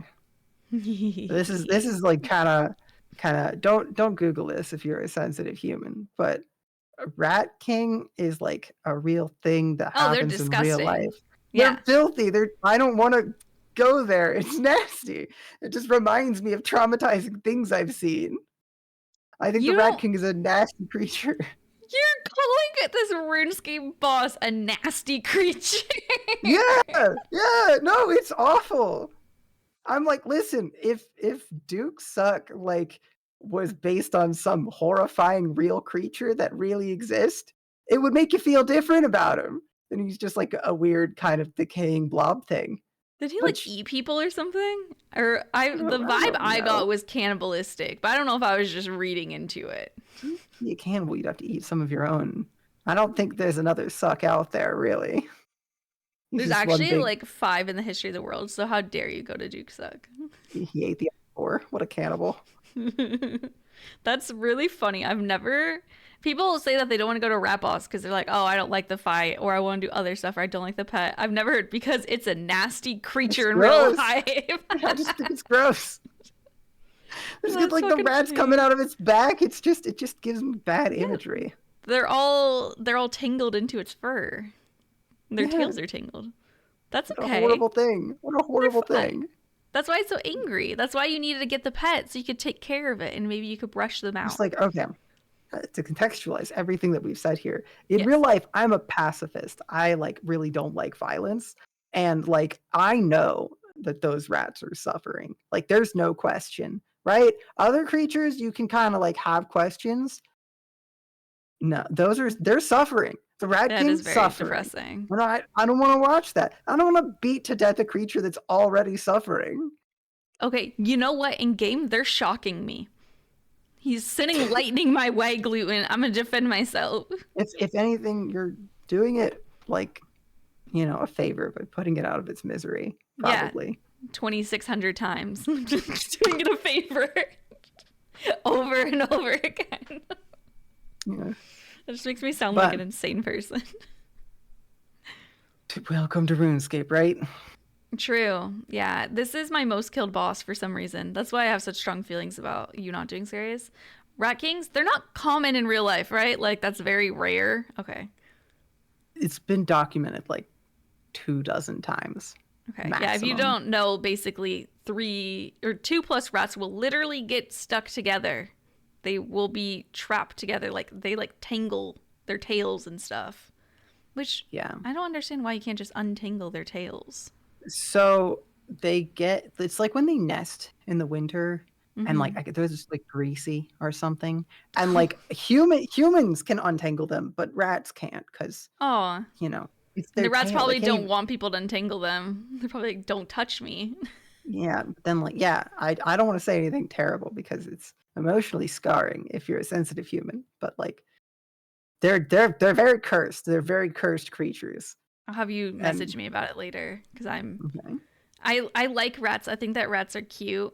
Pet Yeah. rats. Maybe not wild rats. I've never seen one. You know what? There's a really, really great cursed Wikipedia article. If you want more info, I'm scared. that's where you'll find it. Because I've seen a few pictures of it, but I didn't look into it. That's for sure. Yeah, it's just like I'm a very empathetic person and I empathize with them and imagine what that would be like. And the answer is terrible. Just bad, right? Pretty much the worst thing that can happen. Yeah. And yeah, Just stuck to other rats. that's wait. how I feel about Scurious. But when they start shooting lightning at you, then you'll understand where I'm Oh, going. yeah, don't get me wrong. Like, if a In wasp real life. yeah, like, okay, if there's a dangerous spider in my apartment, like if it's biting or like mosquitoes, no sympathy for mosquitoes. True, they carry At all. diseases.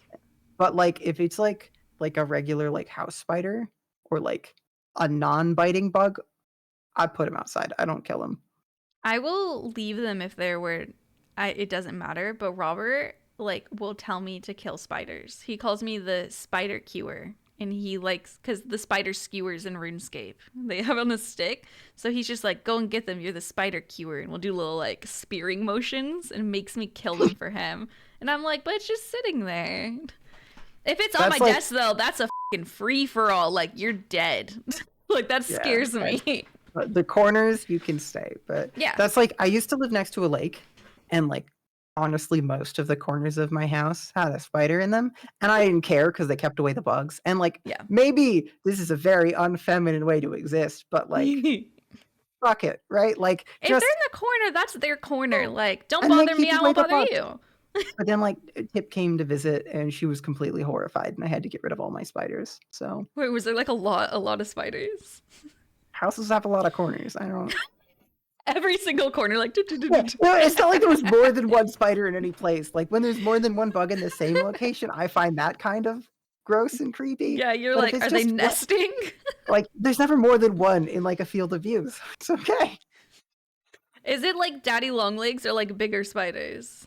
They're like little things, but they're not like daddy longlegs. Daddy longlegs I could deal with. As soon as they start looking a little thick, then I'm like, I don't know what you are, and I'm a little scared. I don't know. They started to freak me out. Like we saw like wolf spiders when I was like growing up, which are like that's just what you have hairy. In the corner, and you're like, Tip, it's fine. I bought some tarantulas and let them out in the house. They take care of the bugs. Yeah, that's his corner. That's Tim. That's his corner. That's kind of I haven't horrifying. really seen spiders in our new place, but maybe it's the cats. You never know. Oh, probably the cats. Cats like they'll deal with them, right? That's why I need I don't cats, so know. they could be the spider cures. They're very chonky and very lazy. The cats? So, No, like, the spiders. Oh, your cat apparently is so cute. they're very cute. Sorry, apparently what? My bad. They would like hunt scorpions when Tip lived in Arizona. Are you serious? Yeah, which is good because I don't with scorpions. Oh yeah, no, That's- I'd be terrified. But I'm scared for the cats. I'm like, Yeah. are they not getting stung or whatever? Oh, Fur, I guess. Arizona is a menace to society. Its existence with scorpions. Actually, I mean, there's parts of San Diego that are like that, but not where I live. I live close enough to the water that's not quite as deserty. But like my sister would have scorpions, or she had a rattlesnake outside of her front door, and I'm like, no, I'm done. I'm done. Okay. So I grew up in Ohio, and like the only like venomous spider in Ohio is the black widow, Mhm. which like very identifiable. And then Yes. like because of that, I moved up to Wisconsin, which is where I live right now. Because of And black widows? no, just like the life carried me here, Okay, and now I'm got here. you. But like I still kind of carried with me this like attitude towards spiders not being dangerous in any way, shape, or form. And then like Tip originates up here, and she's like, "What do you mean? There are tons of venomous spiders up here." And I looked up the list, and there were like 20 of them, and some of them are like mean. And then Oh I was my like, God. "Oh, okay, I feel differently about the spiders now." I thought they were all fine. I think I saw something. I don't know if it's true, but it was talking about like, like kid shows, they'll show spiders and be like, most spiders aren't dangerous, and like teaching you to be empathetic. And I remember reading something about one of those shows, and they're like, yeah, they were like not allowed to air this episode in Australia because they're like, that's just not accurate. I don't know if that's true, but like I could see that being a thing. Yeah, that I think we just have black It's- widows here.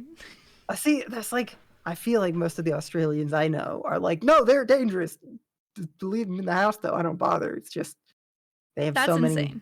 dangerous creatures that like existing with dangerous creatures is just part of life. That's just, they're so wild. They're just the survival instinct.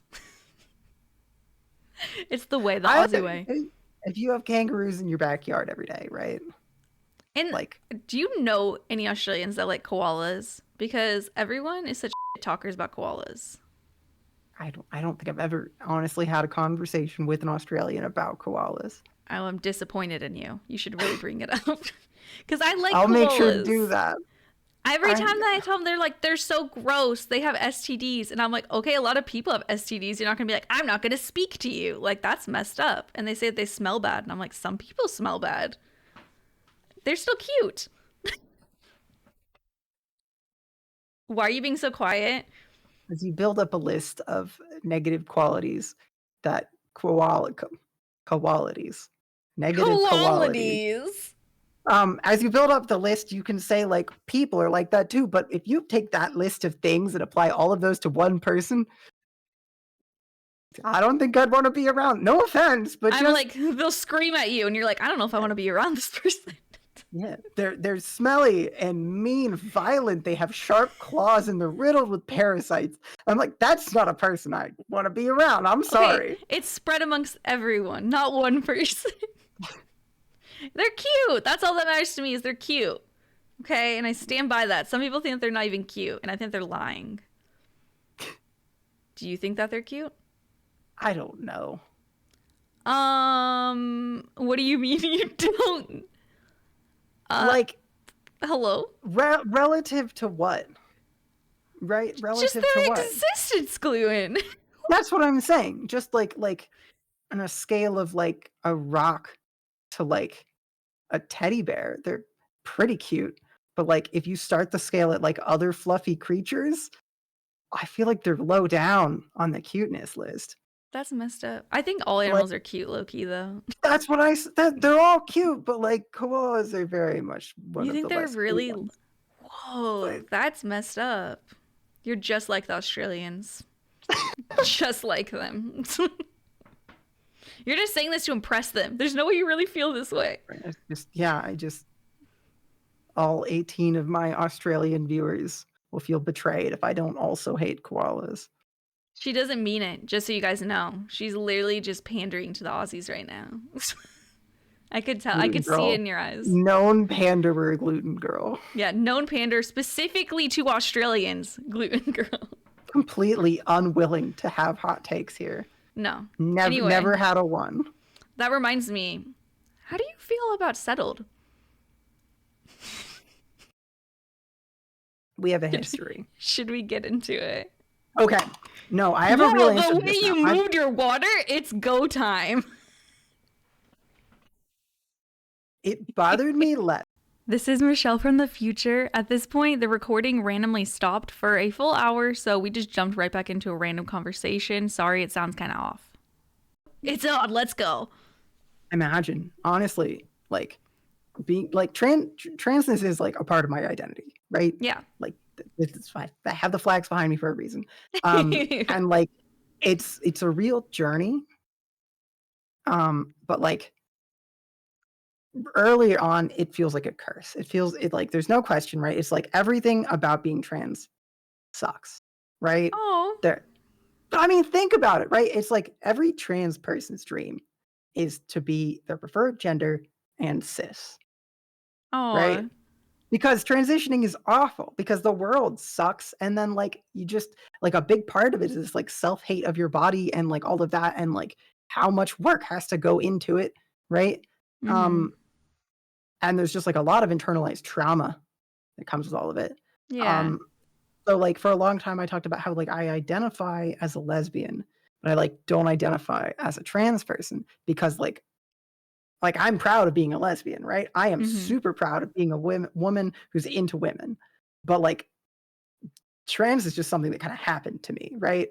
Like Yeah. I am trans because I'm a lesbian. It's not, like just by being born as a guy and being a lesbian, that makes me trans by default. But like over time and like largely thanks to the fact that I've been very fortunate with my transition, both like visually, physically, and like I didn't have a lot of work to do with my voice and like I didn't get a lot of harassment and like, I've been very supported in all ways. So like I don't have all of the negative that comes with being trans. Yes. Like I don't have a huge amount of baggage that like I now do have that insight of like there aren't many people who can see the world, really empathize through like the guy's perspective and the girl's perspective. Yeah. Right? It's So, interesting. like over time, like now I'm proud of being trans. I say like the world is better for there being trans people in it. Yeah. Right? Like I think that for a long time it was like if every trans person in the world could just like stab your finger, they're all now cis of their preferred gender. Like I would have said that is a no questions asked, absolutely do it. And now I'm like, no one should have to suffer, and being trans is inherently suffering. But like, it's the game, That's what people are always like afraid of, like, tricking the kids into transitioning or whatever, because they're like, oh my god, like they don't know, they're confused. I'm like, do you know how awful transitioning is? Like, there is not a person on earth who is doing this without being certain. Okay. I've thought that too. I'm like, me. There's a lot of steps that you have to take if you want to like physically transition and stuff. It's more effort. Like because people are just so like hateful too. You're choosing the more difficult route. Yeah. If that's not like, really you, why would you choose that? The decision to transition to me when I made it was the decision to end my life as I knew it. Well, right? Sorry. Not like in a. Yeah, it wasn't. It wasn't that way, but it really was like. The old you is gone in a way. Yeah, and they call it like your old name. They call it your dead name. Yeah, which is like super violent way of thinking of it. Of like there are people who say like the old me's dead, and for a lot of them it's because the old them was traumatized beyond belief, and they just have to move on. But like, I was upper middle class, cishet white male with a partner, right? Yeah. With like a college education, going to grad school. I'm like, my life was fucking peachy. There was nothing wrong with my life. Yeah. Okay. And I had to choose to become a woman, to become gay, and to become trans. Right? I'm like, there went my easy ticket. It's all gone the minorities now. just like It's right gone. Yeah. I'm like literally like the only reason that I don't have as much trauma as a lot of other trans people is because like I had like a good home and Yeah. like fucking money at the end of the day. there. Yeah. Right? Like At least like, you're realistic about it. You're not like, yeah, no, trying to I'm like, pretend. I completely recognize that Mhm. I'm in this situation because when I decided to transition, I just had thousands of dollars to put into laser hair removal Mhm. and surgery, right? Like these are not cheap things. And like Yeah. less well-off trans girls, I feel for them so bad because I'm like, how the hell do you make that decision, right? How do you just, or like how do you just like have to live through life like just knowing like things could be better, but like you're gonna get harassed in the streets forever because like you can't Yeah. afford to get your facial hair removed, It and just it's just shows like how much it probably hurt them not being out. That they'd rather it's face harassment than have to deal yeah with like yeah lying. like Yeah. I mean like even as I am now, I still get harassed on a very regular basis. I've seen Just it on your stream. It's annoying. yeah. And it's like, do you fucking think that they made the decision to have this happen like lightheartedly? Yeah, Like I've this gotten that is as like being bisexual. People are like, "Will you choose?" And I'm like, "Why would I choose for people to make dumb comments like that all day? Like that's annoying." yeah. Now my question to by women is always like, if you can like men and women, how the hell are you ever choosing men? Because Robert's a I, little mouse guy. How could I yeah, say no? I get it. I get it. I'm like, I do mostly I'm like women though, for sure. Like I thought I'd always end up with a woman and stuff, and now I'm like, except for Robert, he's just my little guy. and being with a guy definitely makes life easier. You get to dodge a lot of the Yeah, I'm glad he's like very understanding of stuff though. Like he's not the type to sit by if people say like up. He'll be like, "That's gross," or just like stop talking to that person, which I appreciate. I interviewed him before we started dating, asked him on everything important to me morally, and be like, "How would you react?" Yeah. I think one thing that like in the queer sphere, things that Yes. I need to be better at. One of them is by erasure. It's like Do you do it? I try really hard not to. I think Mhm. that I was definitely way worse at it like 2 years ago. Yeah. Just like the towing the line between like militant lesbianism and like not being an asshole to bi people. As long as you're You doing it in a know? joking way, I'm okay with it. If you're my friend and joking, I don't care. If you're like some random person that I've never spoken to before and start saying it, then it's weird. Now it's always the like calling a lesbian or calling a relationship a straight relationship or like a gay relationship, and like being in a gay relationship doesn't make you a gay woman, right? Yeah. You could be a bi woman, and like just acknowledging that and like not just calling every sapphic person a lesbian is like important. Yeah, I mean, even when I was like with my ex, who was a woman, I would call myself gay all the time. And now it's funny because I find myself like, since I'm dating a man, I like specify all the time more so that I'm bisexual because I just want to be like, just so you guys know I'm not straight. Like, Yeah. just want to make that clear. I just want you guys to know. Like, I probably unnecessarily say it sometimes because I'm still like, I'm in the community. It's good to separate yourself from straight people sometimes. The straight people watching right now are like, Sorry. We have our little posse. You wouldn't get it. We're just traumatized. It's fine. No, I have grown out of my like every like cis hetero person is awful phase. Because like there are some really, really lovely cis het white guys in my community who are I think that's a lot of my sweethearts. friends. Yeah. Yeah, and it's just like it's not. As long as you're understanding, then that's fine. Yeah. Just don't be rude. And don't take this seriously. We're just talking. Don't get offended, please.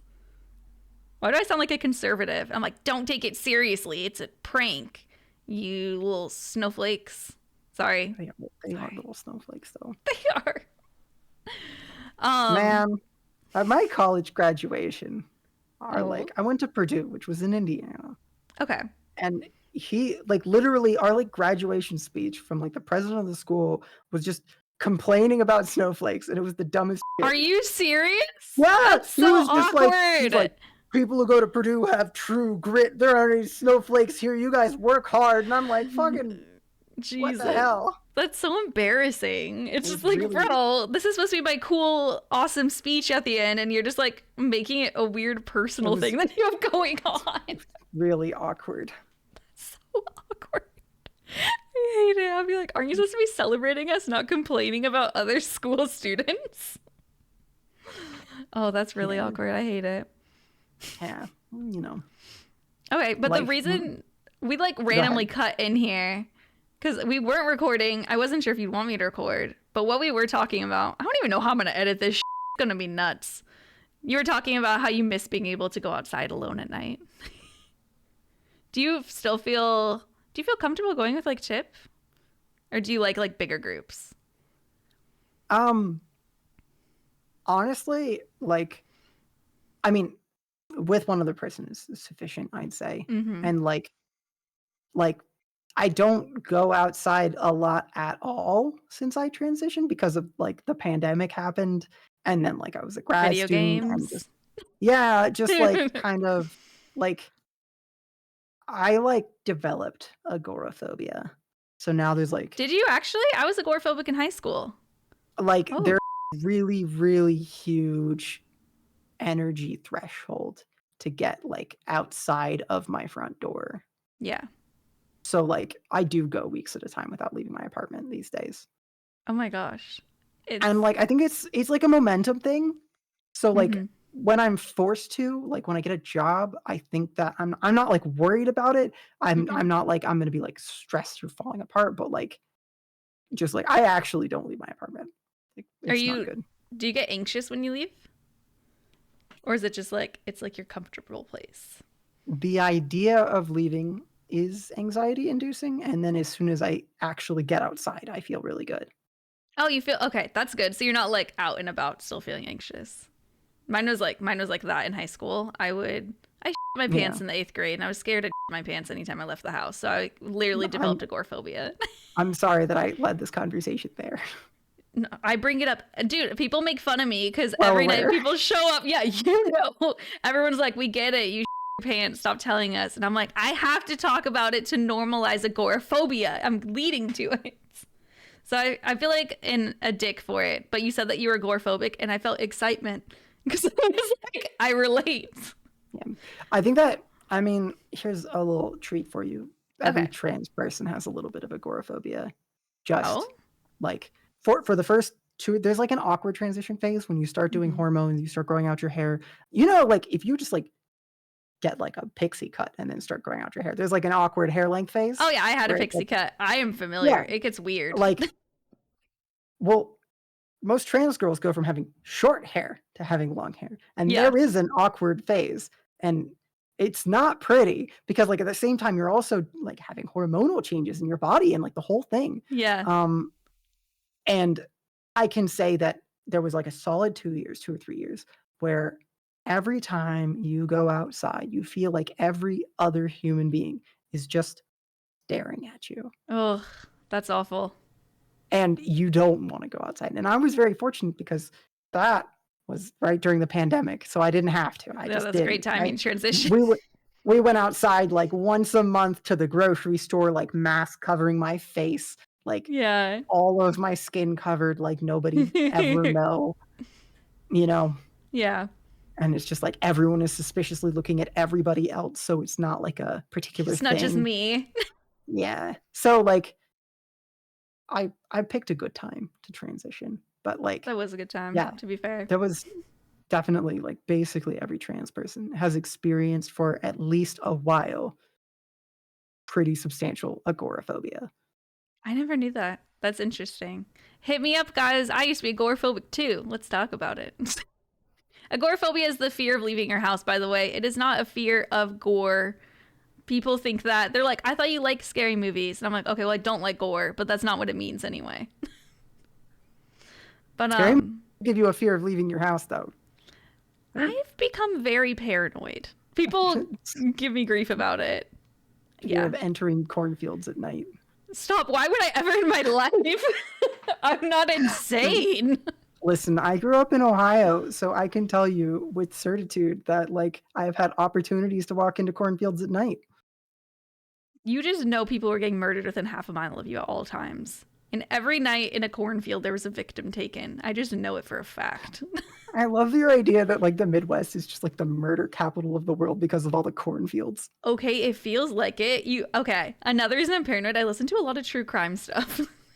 So Yeah. I'm just saying it feels like there's a lot of murders in Indiana. Like, I'm not suggesting that if you lived in Indiana, you were a murderer. I'm just saying you might be a murderer. You probably have a higher chance of getting murdered in places with, like... It's like less people, more rural at parts, right? The more guns, the worse. And Yeah. rural places have more guns. But also cities, just because of the population density. Right? And everyone thinks you're like more likely to get murdered in a city, and it's like, well, there's just more people. Like, if you scale it down, it's probably not actually likely. Like, a person's more likely to get murdered in a city, but you're not more likely. You're Unless saying you, I'm like, gonna die. like, if you, like, do unsafe things in the city or in the country. I don't do anything. The other week, I went to the grocery store, and I went alone. I was being so brave. It's not even like I'm scared. I just don't like driving, and I get bored doing stuff alone. But I went to the store in the middle of the day. I was being so brave. And there was a guy sitting like 6 feet away from my car, just like kept like looking at the store and then like looking at me over and over again. I was going to just go in anyway because I do that thing where I'm like, I don't want to make them feel weird. That's why I'm going to get murdered someday, because I don't want to make people feel weird. And I was texting. Normalize making guys feel weird. Yeah, I texted Robert and he was like, oh, leave. And I was like, oh, yeah, I could just leave. So I just went to a different store. But I still felt so weird that I was acting in my car. And I was like, mouthing the words, oh, shit, looking at my phone, looking concerned like I forgot something. And I was like, oh. And I drove away. And I went to like turn and I would have driven past him. And he started walking to the road like he was about to like block my car. And I was like, I'm just going to drive the opposite way down this parking lane. He was probably just gonna ask for money or something, but it was still creepy enough that I was like, oh my god. Yeah, I listened to Crime Junkies. I hate the title of the show. I sometimes hate that I listen to true crime so much, but they have like a little saying on it where they're like, be weird, be rude, stay alive. And I was like, I should probably go with that mantra more. Absolutely. Yeah, creepy guys. I feel like also like if you're trans as well, it might be even worse because they get creepy and transphobic potentially. Well, that's because then you don't know what's going to happen to you. You're like, I don't know I don't know if you just like want to murder me or like, you know, it's gruesome, the thoughts. But like, yeah, it was kind of like weird as I was like passing more. I'm like, the odds of getting murdered are lower.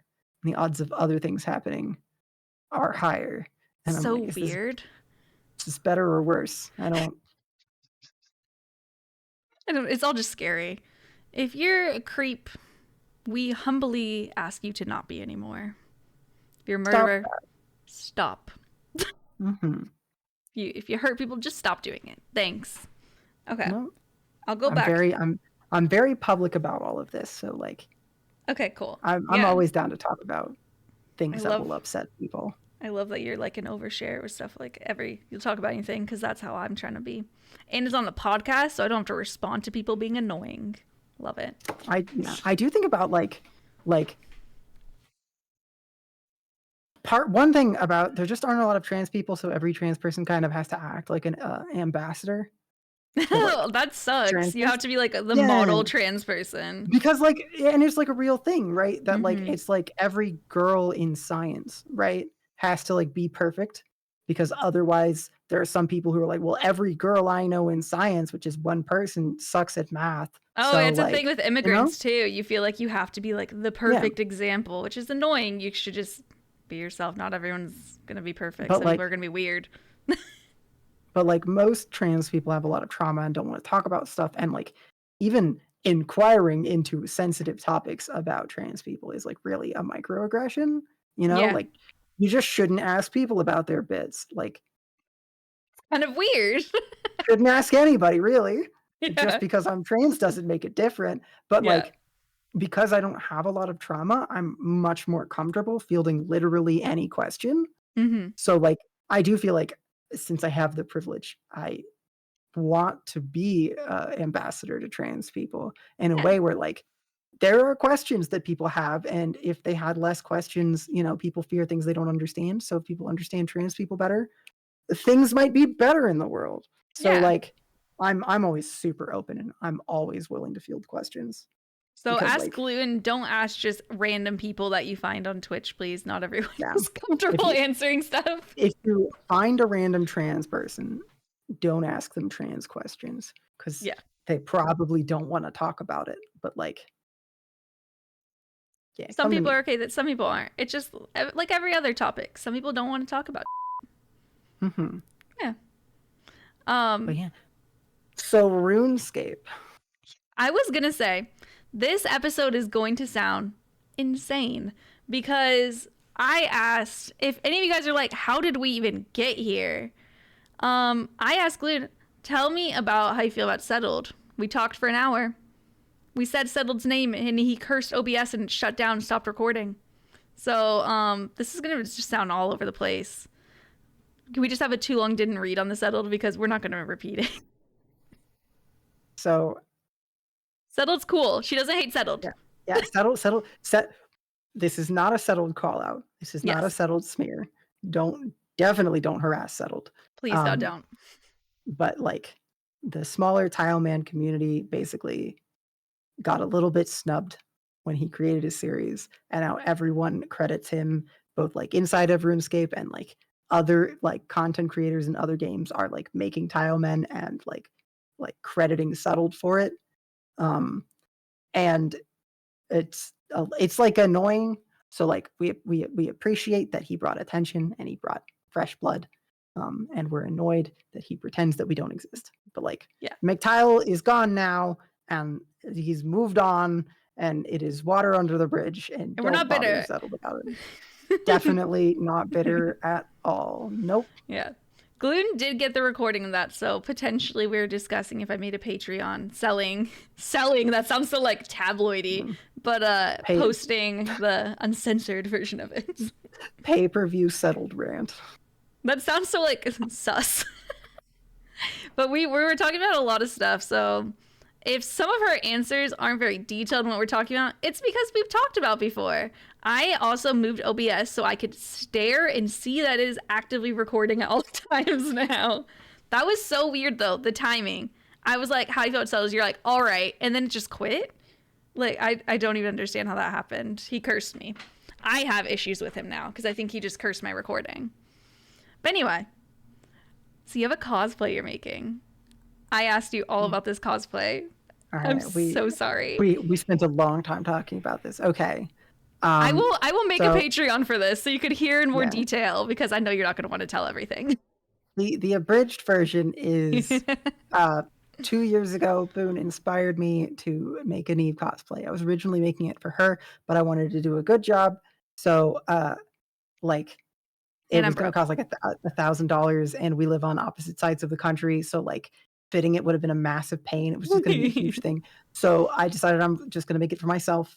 And then basically I spent a year not doing anything. And then about a year ago, I started working on it and I made the skirt. It's scale mail and chain mail. It's very pretty, very shiny. It looks so cool. It makes lovely clinking noises whenever I walk around, which is like just the auditory feedback alone is going to make it the coolest cosplay ever. To see it. I'm so excited. But then I had surgery. I was laying down for 3 months, and like that's not good for your mental state, and I basically didn't get anything else done. And then like a month ago they announced that Runefest is this September, so this year gonna happen, definitely 100%.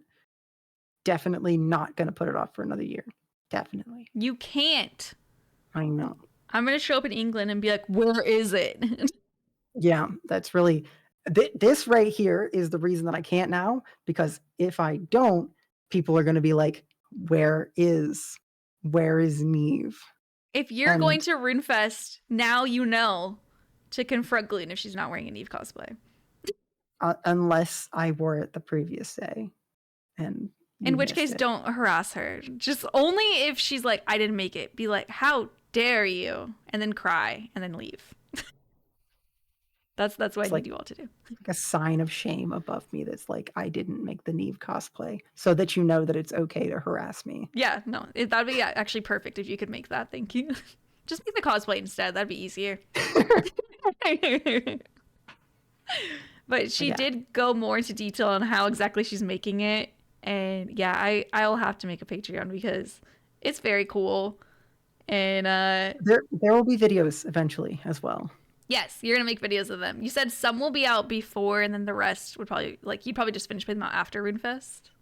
Yeah, just because of like the video backlog that already exists, and the priority is going to be on finishing the cosplay before the deadline, not on making the videos. Yeah. Oh man, I can't wait to see it. And Runefest, you will be going to Runefest. 100%. And I'm like, this is gonna sound so disjointed. I'm just trying to remember like what we talked about. I am going to bother her. She wants to go hiking, and I'm gonna follow her around like a creep, like a little RuneScape pet. You have a funny feeling you're being followed. It's just gonna be me out of breath behind you because I don't walk enough. But not in the creepy way that we talked about before. Completely different. Perfectly consensual. In a normal creepy way, like in an accepted creepy way. Like she's kind of weird. She's really out of shape and like breathing really hard, so it's strange. But like it's okay. I accept it. Who doesn't have a creepy friend? It's just like that, you know? Yeah, exactly. I'm the little goblin following you around England. What did we have for accounts? Okay, you know what? Before accounts, tell We me. did talk about it. I think that was before it cut out. I think we did talk about your accounts. Tell me, for the second time, what inspired you to start streaming, Gluten?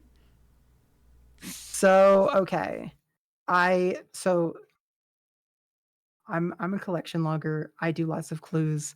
Like 3 years ago, I had like a couple hundred easy clues or something like that, and did a Discord stream to like my friends in the very small Tileman community, pre-settled. And I really enjoyed it. So then in the summer of like 2021, I did my first ever Twitch stream. And I did the exact same thing. You did and, like- Skyrim for the first, yeah? Well, so my first ever stream was a RuneScape stream, but then I didn't Oh. stream for like 5 months after that. Gotcha. But like that one, it was like on a laptop and like just a white background with like Yeah. little Panasonic earbud with a mic as Aw. my like really, really basic setup. Yeah. Where I was just like in my dining room because we Love had like that. a 1-bedroom apartment. Yeah.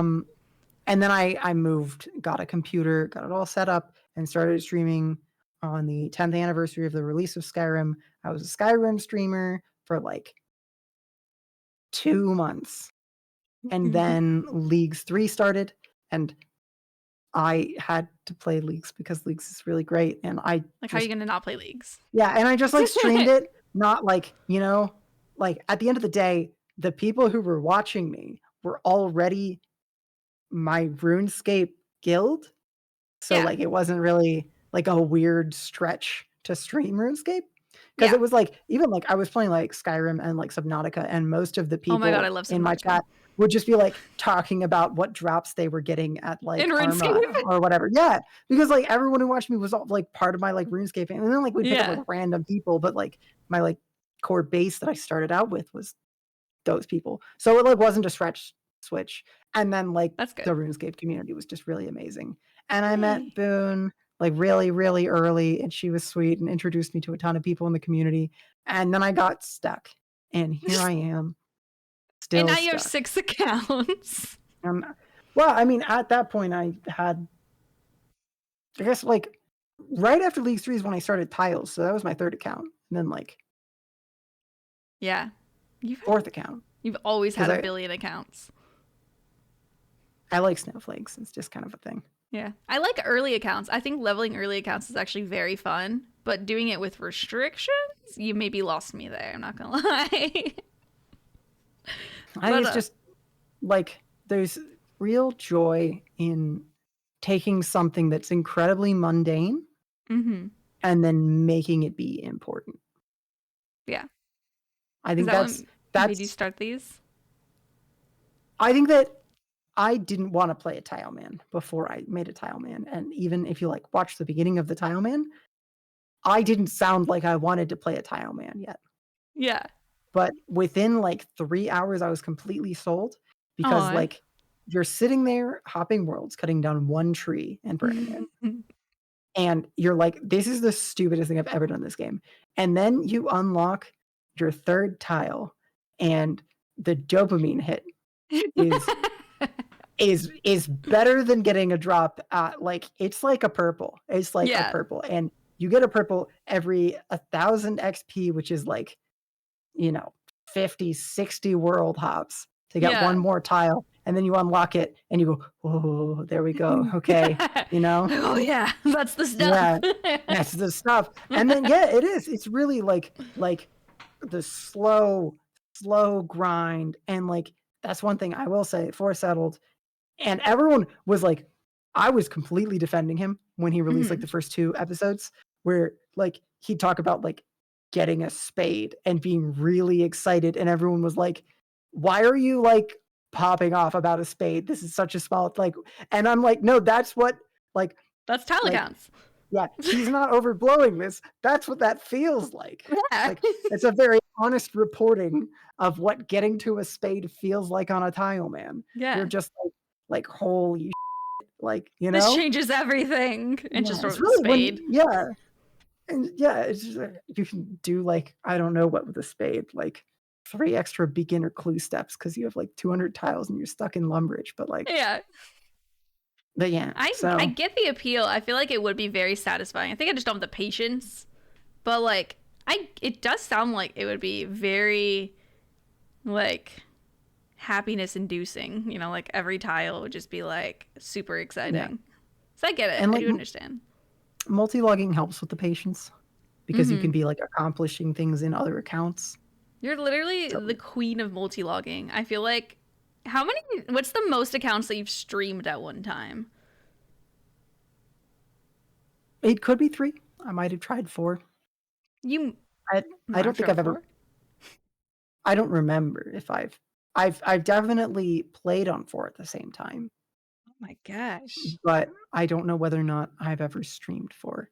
Yeah. And like the reality is like it sounds like a lot, but I can imagine you like taking 3 alts and sticking them in Nightmare Zone and then doing something on the 4th, and that's not so far off from what I'm doing. Like I would get distracted and die and log and not log back in, and you stay logged in. That's the admirable part.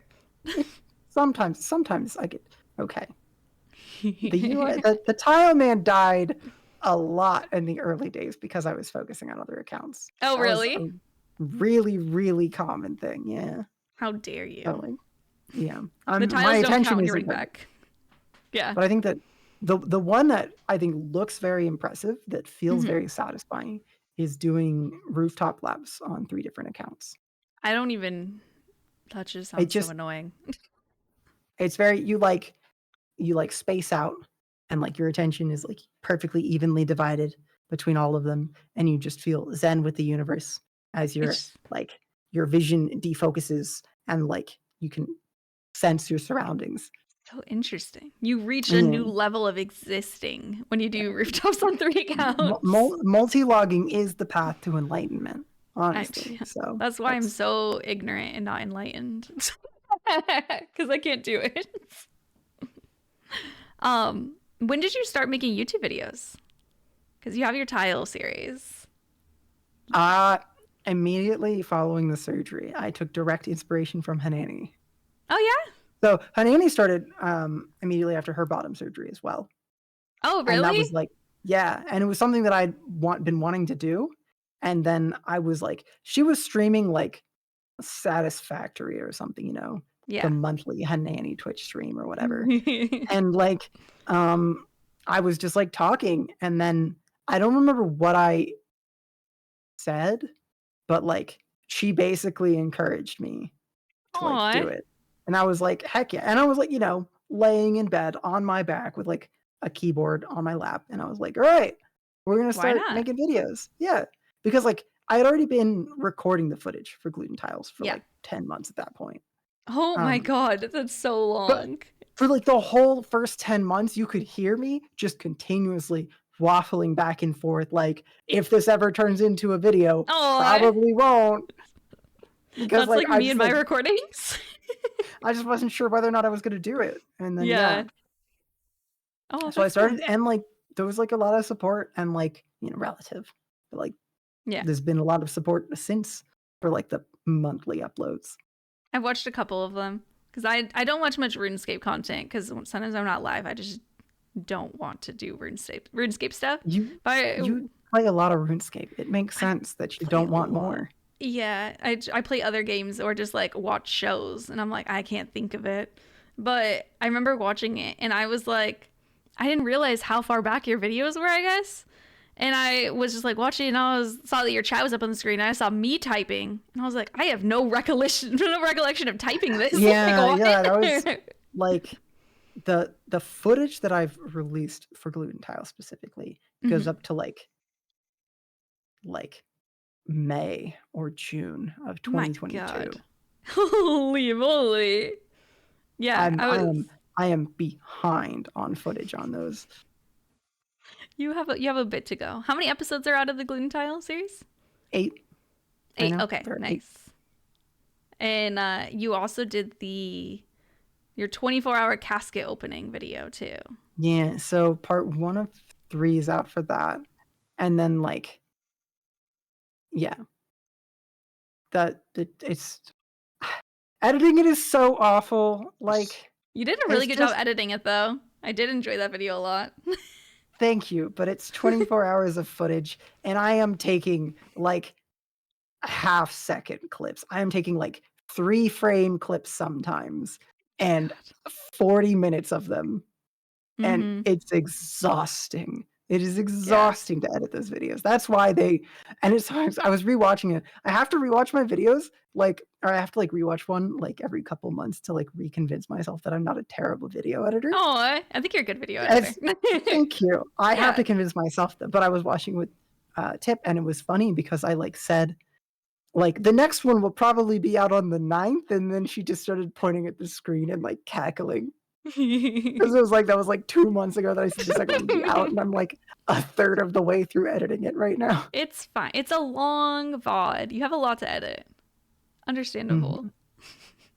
No, I think that your editing is really good in it, but the way you edit it made it seem like master clues are so easy, and I had to remind myself, no, they suck and they take forever. So I felt deceived.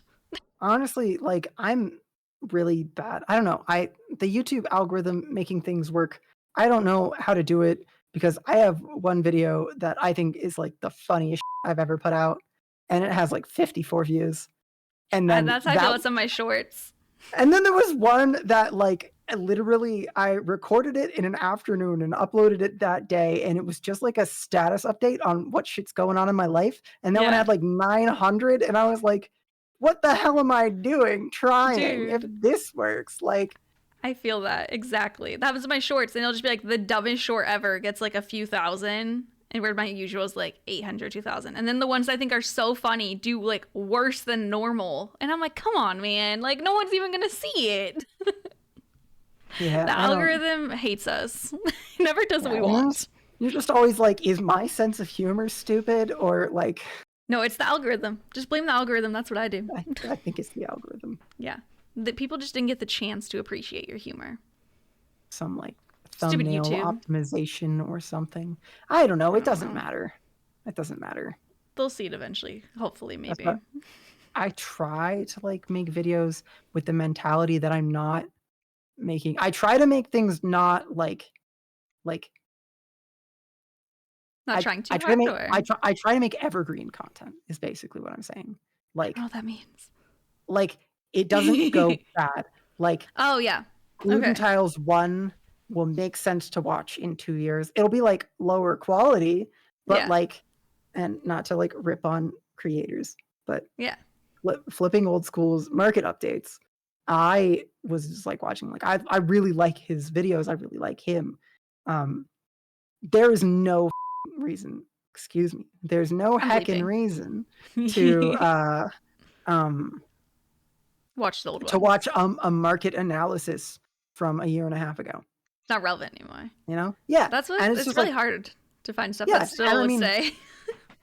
and that's like fine. Or like Behe, right? Like Chronicles. It's like the clips are still funny, I guess, but like being up to date on the world of RuneScape Twitch streamers Yeah. from 9 months ago, it doesn't have the same freshness as the one that came Yeah. out today. And like some of And those people like, don't even stream anymore, probably. so like whenever I release a video, I don't think so much about like how many views it has now, right? Which is like the common thing. The YouTube algorithm goes like you've got 2 weeks of the algorithm caring about you at all, and then it's not gonna promote it to anyone ever. I know. Ugh. But like I think of it as like building out like a catalog of good videos to watch, because like I'm not trying to make a viral video.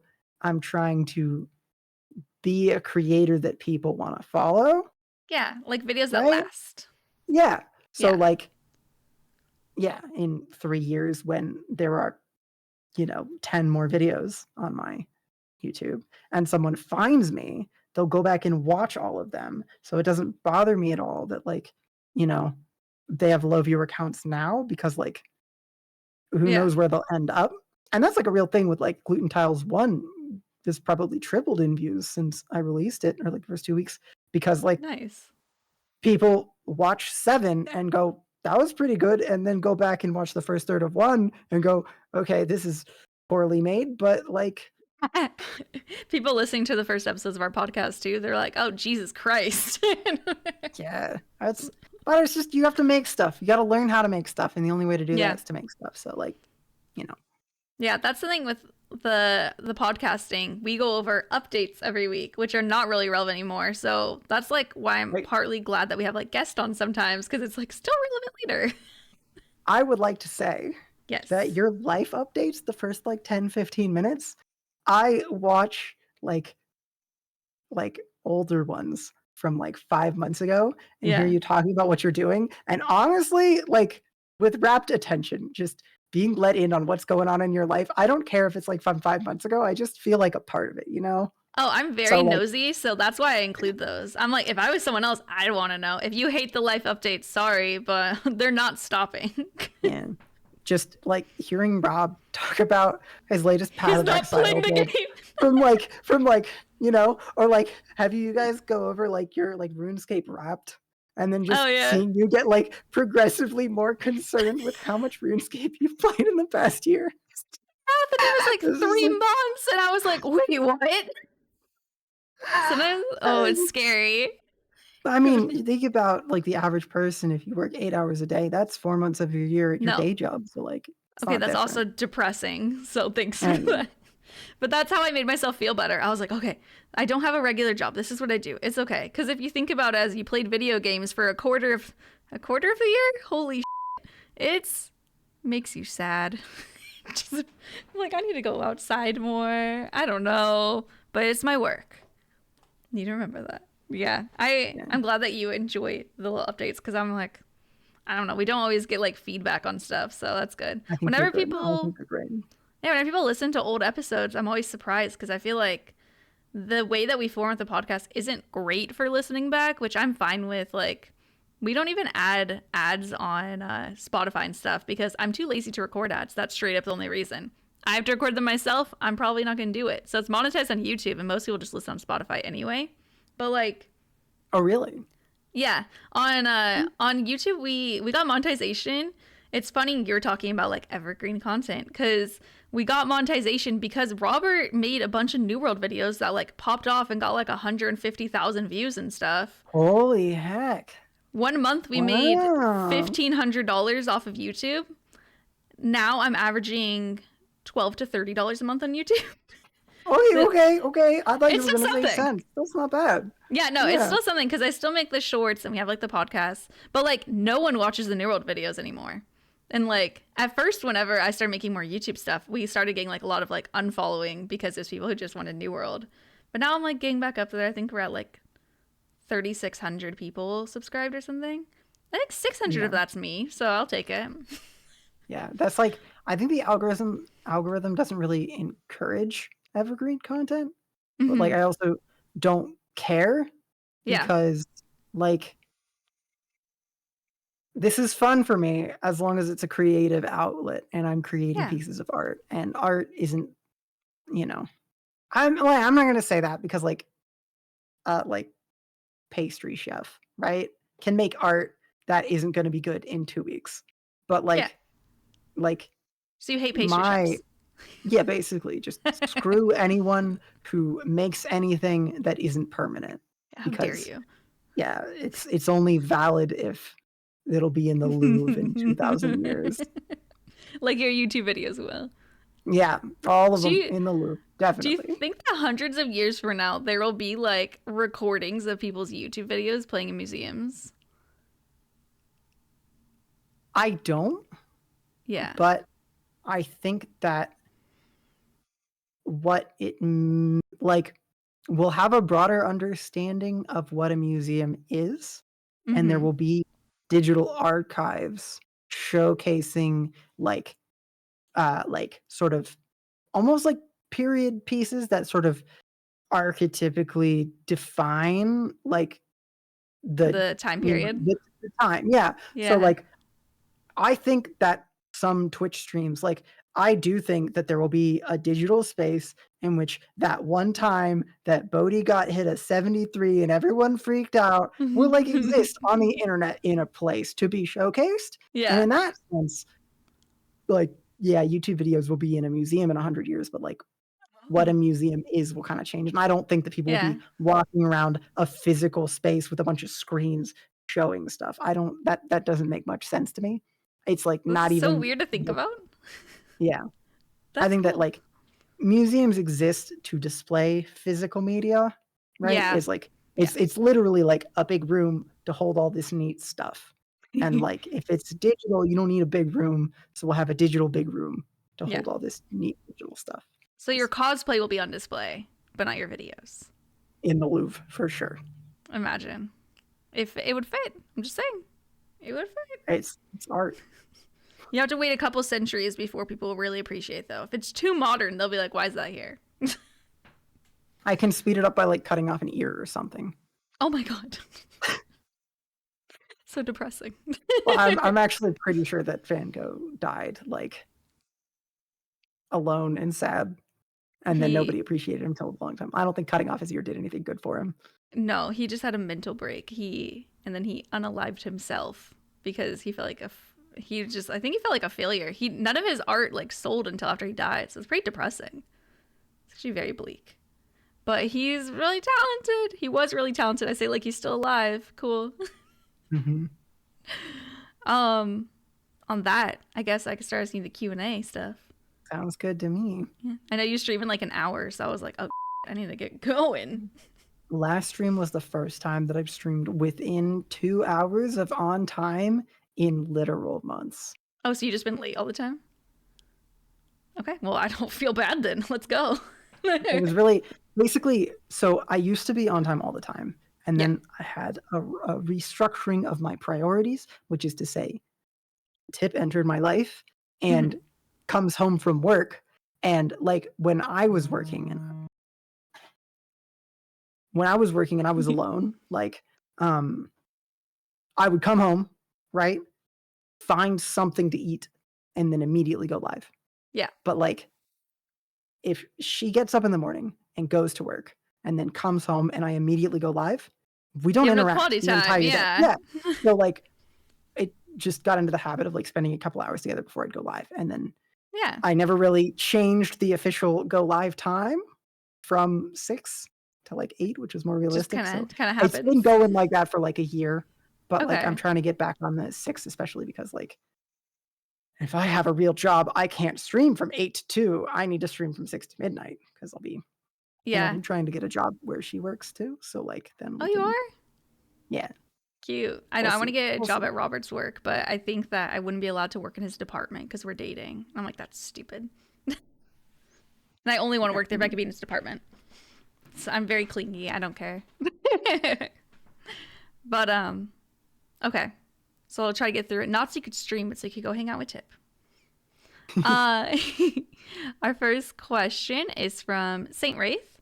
What topic would you choose if you had to give a 20-minute TED Talk about something OSRS related? And why is it settled? It's actually not sub. That wasn't even either of my two. Ooh, I've got two. Okay. Take manipulation. So if I wanted to educate people on something about RuneScape, it would be tick manipulation. That would be directed towards like people who are interested in, like I'm a teacher, I'm a scientist, I'm a teacher. I think knowledge is important, and that's something that I know a lot about, and I'd like to teach people about. If I want to produce a think piece, right, which is to say, if I were actually going to give a TED talk and intended for non-RuneScape people to interact with it, it would be about types of gamers and whether or not boss fights should be in quests. Stop. That'd be my TED talk. That's no what questions. It all comes down to. Always, yeah, absolutely. Because like there's like a really good conversation to be had philosophically about different reasons that people like video games, right? Yeah. And why it's valid to hate PVM. I can't wait for your PVM arc this year. It's gonna be spicy. Yeah. Well, I'll do Forecast this evening after I do Waterfall on the new Snowflake. Yay, questing. Or I could get absorbed in the Snowflake and Forecast will get tabled for another. We'll see. Probably I might that do one. I might do Forecast. We don't know. Do you like Forecast or is it meh? That's my own question. I said, most PVM feels exactly the same to me. Fair. I don't love Forecast. Yeah, my like enjoyment of PVM is directly inversely correlated with the amount of time that it takes to reset after you mess up. Oh, I like Corrective Gauntlet for that reason, because you can just restart over and over. I love how it's just all one place. Is also half skilling prep, but I do like. True, yeah. That's like the fact that it's like it feels punishing because like you lose like 8 minutes, but like I don't mind Vorcat that much because it's not the worst to prep for and come back and get your stuff. If you have Fremmy boots and now I have like a construction cape and I have a crafting cape, so like banking is not that bad, but like KQ, awful, hate. Have you done Nightmare? Nightmare's pain. I did in Leagues 3, but I had Recall, so I actually really loved it. Oh, I had a lot of fun learning Nightmare because Recall, so you could just go to a bank and come back, and like it was fun. Yeah, okay, right? Yeah, true. That's what I'm like. That's what I always tell people. Like, I don't really hate because like in Leagues, I love PVM, but it's just because the big pain point is reduced for me. That's like I hate Vardorvis. I love everything about the fight and hate everything about getting to Vardorvis. Yeah, getting to some bosses is such a pain. Just makes it like not even worthwhile to go to the boss. I feel that. So that's just, yeah. So okay. Forecast is fine. Yeah. Not too bad. Yeah. It's like, I like that I can kind of space out and read chat while I'm doing it. That's nice. I don't like things that I have to focus too much on. Yeah, doing hard modes has been like fun trying to learn them and stuff, but sometimes I am straight up ignoring chat for like 5 minutes, or I'll glance and then I'll die, and everyone's like, "Oh, you're getting carried," and I'm like, "It's because I was trying not to ignore you." But it's fine, whatever. Next question is from Trader Sam. 2 questions. First, are there any Snowflake account builds you'll consider playing after your ultimate Tileman account? Which I guess maybe they don't know about your new account. Probably. I don't know whether or not it got cut off talking about the 10 HP pure.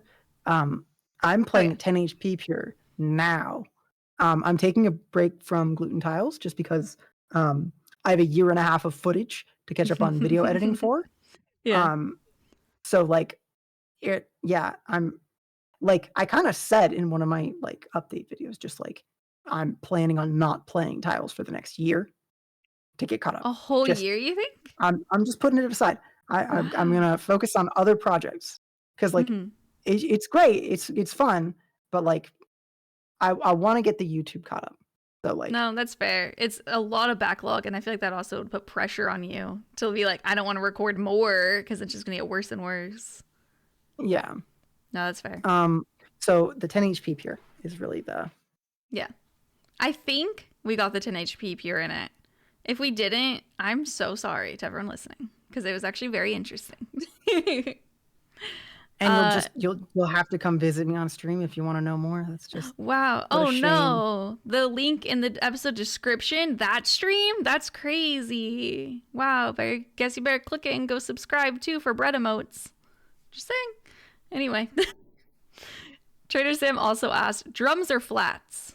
Which we now know is in reference to wings. So Boone and I both had to look this up. I didn't even look it up. I Meant. thought it was like an inside joke. I was like, okay.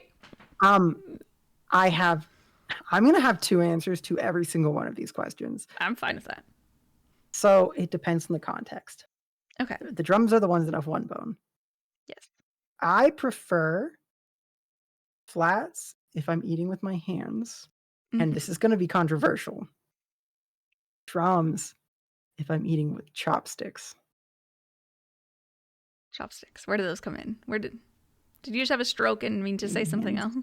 No, I meant it. So when I was in college, I did a study abroad in China, and So dope.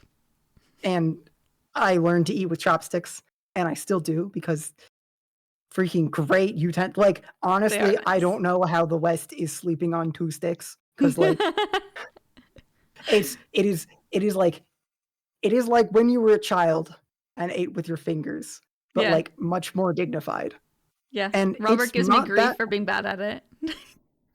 It's just like a practice thing. Yeah. But like, yeah, I eat a lot with chopsticks. And basically I love eating wings with chopsticks because like you eat wings with your hands. That's how you do it. But then like it doesn't matter how much you wash them, your hands just feel dirty afterwards. Yes, they do. Doesn't happen with chopsticks. You could literally, I could be playing video games, take a bite of wings, and continue playing, no grease on anything, because there's a utensil between the wing and my hands.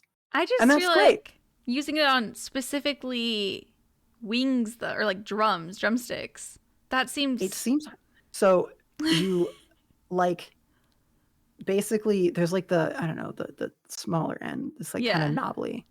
That like you basically hook it between the two in the back and then rest the meat on top of them, like it's like a little plate, and then you bite, and basically you're holding on to the like little bone so it stays there, and then it rests back with chopsticks like that.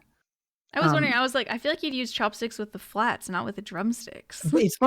It's if you're less good, then the flats are easier because you can stab it through the middle. That's why it sounds good to me. But like just like picking it up, like the first bite's very weird.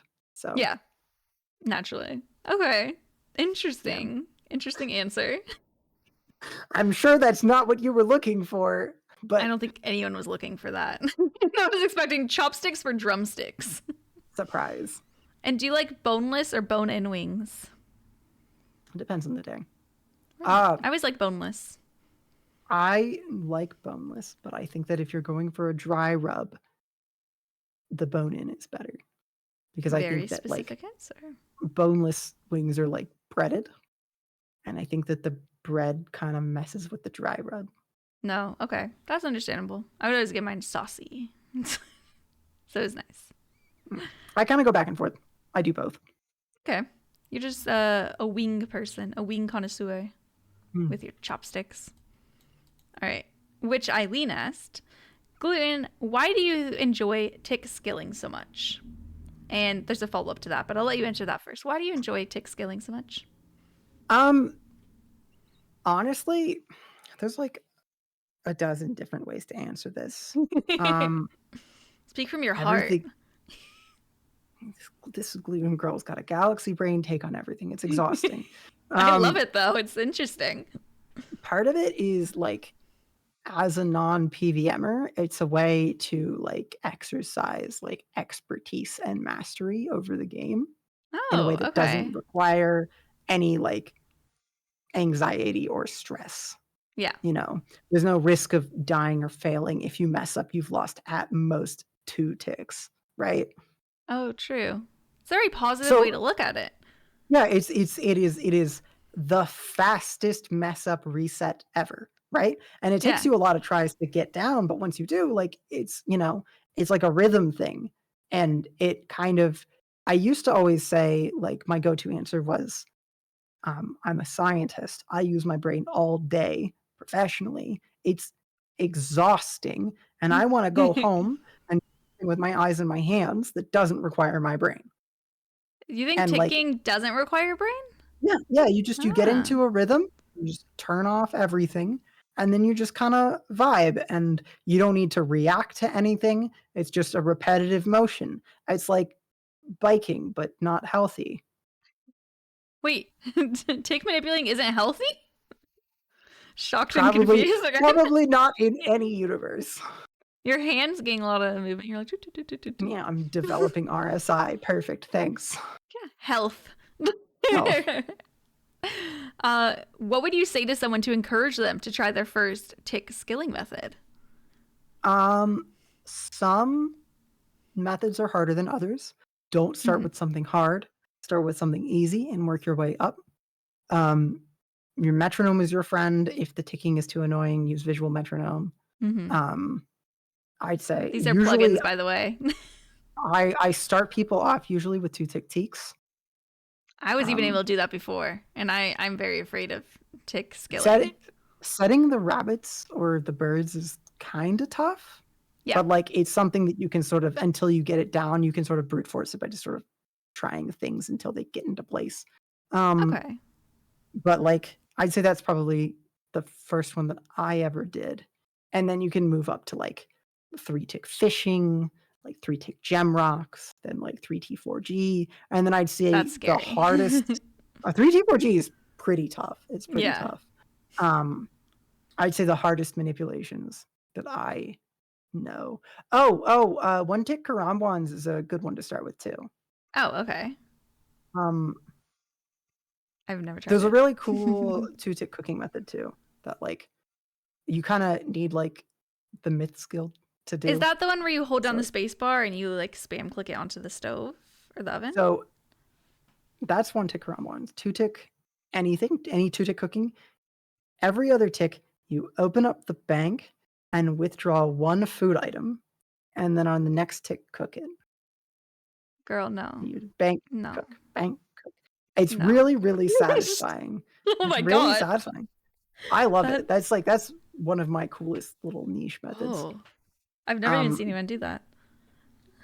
but I think, like, efficient mahogany benches is probably Oh god. the hardest for me personally, at least, because it's, like, got, like, a big pattern to it and, like, the rhythm is very precise and, like, you need like there's different kinds of precision with it, Mhm. right? Like, there's, like, timing precision, and then there's, like, movement precision where you need to get far away, um, and, like, there's a lot of both for mahogany benches, so it You makes got it really hard. the demon butlers involved too, right? You have to I remember going and doing like some skilling thing and I was trying to do it like quick and you like have to talk to the demon on a specific tick and I'm like, Jesus Christ. So the It's a trick of it lot. is you need to like it is completely tick perfect. You need to break down and build all of the benches in precisely the least time possible so that the butler will arrive and talk to you when you have an empty inventory ready to start the next cycle. Yeah. So I don't think I it's ever did it correctly. it's a really tough one. But Yeah. yeah. So start So I easy, work your way up. was gonna say, so don't start with that one. Eileen also asked, why does Rock Golem both love and hate you so much? And when will you let chat mutiny? I Chat don't will know if never you mutiny. Oh wow, Chat okay. will. And they try to start riots whenever I'm AFK, and I'm like, you have no power here. It's just Eileen. Honestly, It's if just I weren't Eileen. so nice, she'd be imprisoned as a social dissident like immediately. Oh my god. She tries to start mutinies on the regular. She tried to start a mutiny in mine, and she was like, did like the riot emote and was trying to copy and paste it, and she was like, riot, and copy and pasted a vegan chili recipe on accident. And I was like, oh, this is really scary. You got me there. This is the energy that we want in our Twitch streams. Yeah. Unexpected vegan chili recipes. I know. I was like, whoa, this is a riot. This is nuts. But in terms of rock golem, mining is my favorite skill. We talked about this. Rock golem is my favorite pet. It's the first pet that I ever tried to grind. It's the pet that I've spent the most time grinding. And twice now, I have gotten rock golem while multi-logging with my main on one of my alts. One of which is the new 10 HP Pure, where I got it at 50 mining with 100k XP. My god. How does that make you feel? Is it annoying or is it just like funny almost? It's not funny at all. It's not frankly, it's traumatizing. It's awful. Because the thing is, you think like I don't know how many hours I spent. So I do 3-tick gem rocks. Is my typical go-to method because that is the most efficient pet-wise. That is the most pet efficiency you can get for rock golem. And I have done probably dozens of hours of that with the express intention of wanting the rock golem. 13 mil. I just 13. maxed. Okay. Like I had no maxed skills before like a month ago. So like yeah. True. Jeezy. But like twice now I've gotten it while AFKing an MLM on a different account. At like low mining. And like the first time was much worse. Because I was multi-logging probably loot and tiles doing something, and then I was on my GIM and my main. My GIM and my main were both at MLM standing under each other. So that I could like click. And I saw it and thought it was my main and got really, really excited because it's my favorite pet and I've been wanting it for a long time. And then I realized it was on the wrong account. And then I just started screaming profanities. And then like someone immediately raided me because I was streaming at the time. And then I'm like yelling and obviously nobody understands that I'm really upset about this pet I just got. That's so and like, sad. Even now, like, most people are just like, wow, congrats, you have 2 rock golems. I'm like, I have an account that I collection log on. Like still can't get it. I tried to get it on and I can't get it. And it hurts really bad. And I want it, and I'm just like, how much time am I gonna have to wait for my 3rd rock golem? And I think the answer is a long time. What if this is your Tangle Root? Do you have Tangle Root?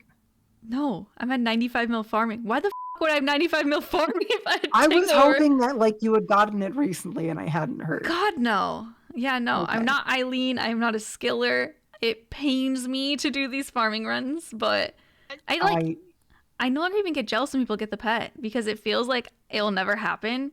And like I'm very withdrawn from away. I'm no longer upset. I just do it because I'm used to doing it. And I'm like, this is what I do now until I hit 200 mil, I guess. Yeah, you've hit. I feel like, okay, I have really bad Leagues luck with Zulrah specifically. Okay. Where Leagues 2 Trailblazer, the first Trailblazer. Yeah. I was going mage and I had Taranwin and I went 872 KC for a Magic Fang. And that's like times 3 rates, right? Yeah. So that's like going 2,400 for it. And then Leagues 3, that was like the Shattered Relics. So like you needed everything, but like basically everyone was saying you need a blowpipe. A blowpipe is really good for a ton of stuff. And I went 650 KC for a blowpipe.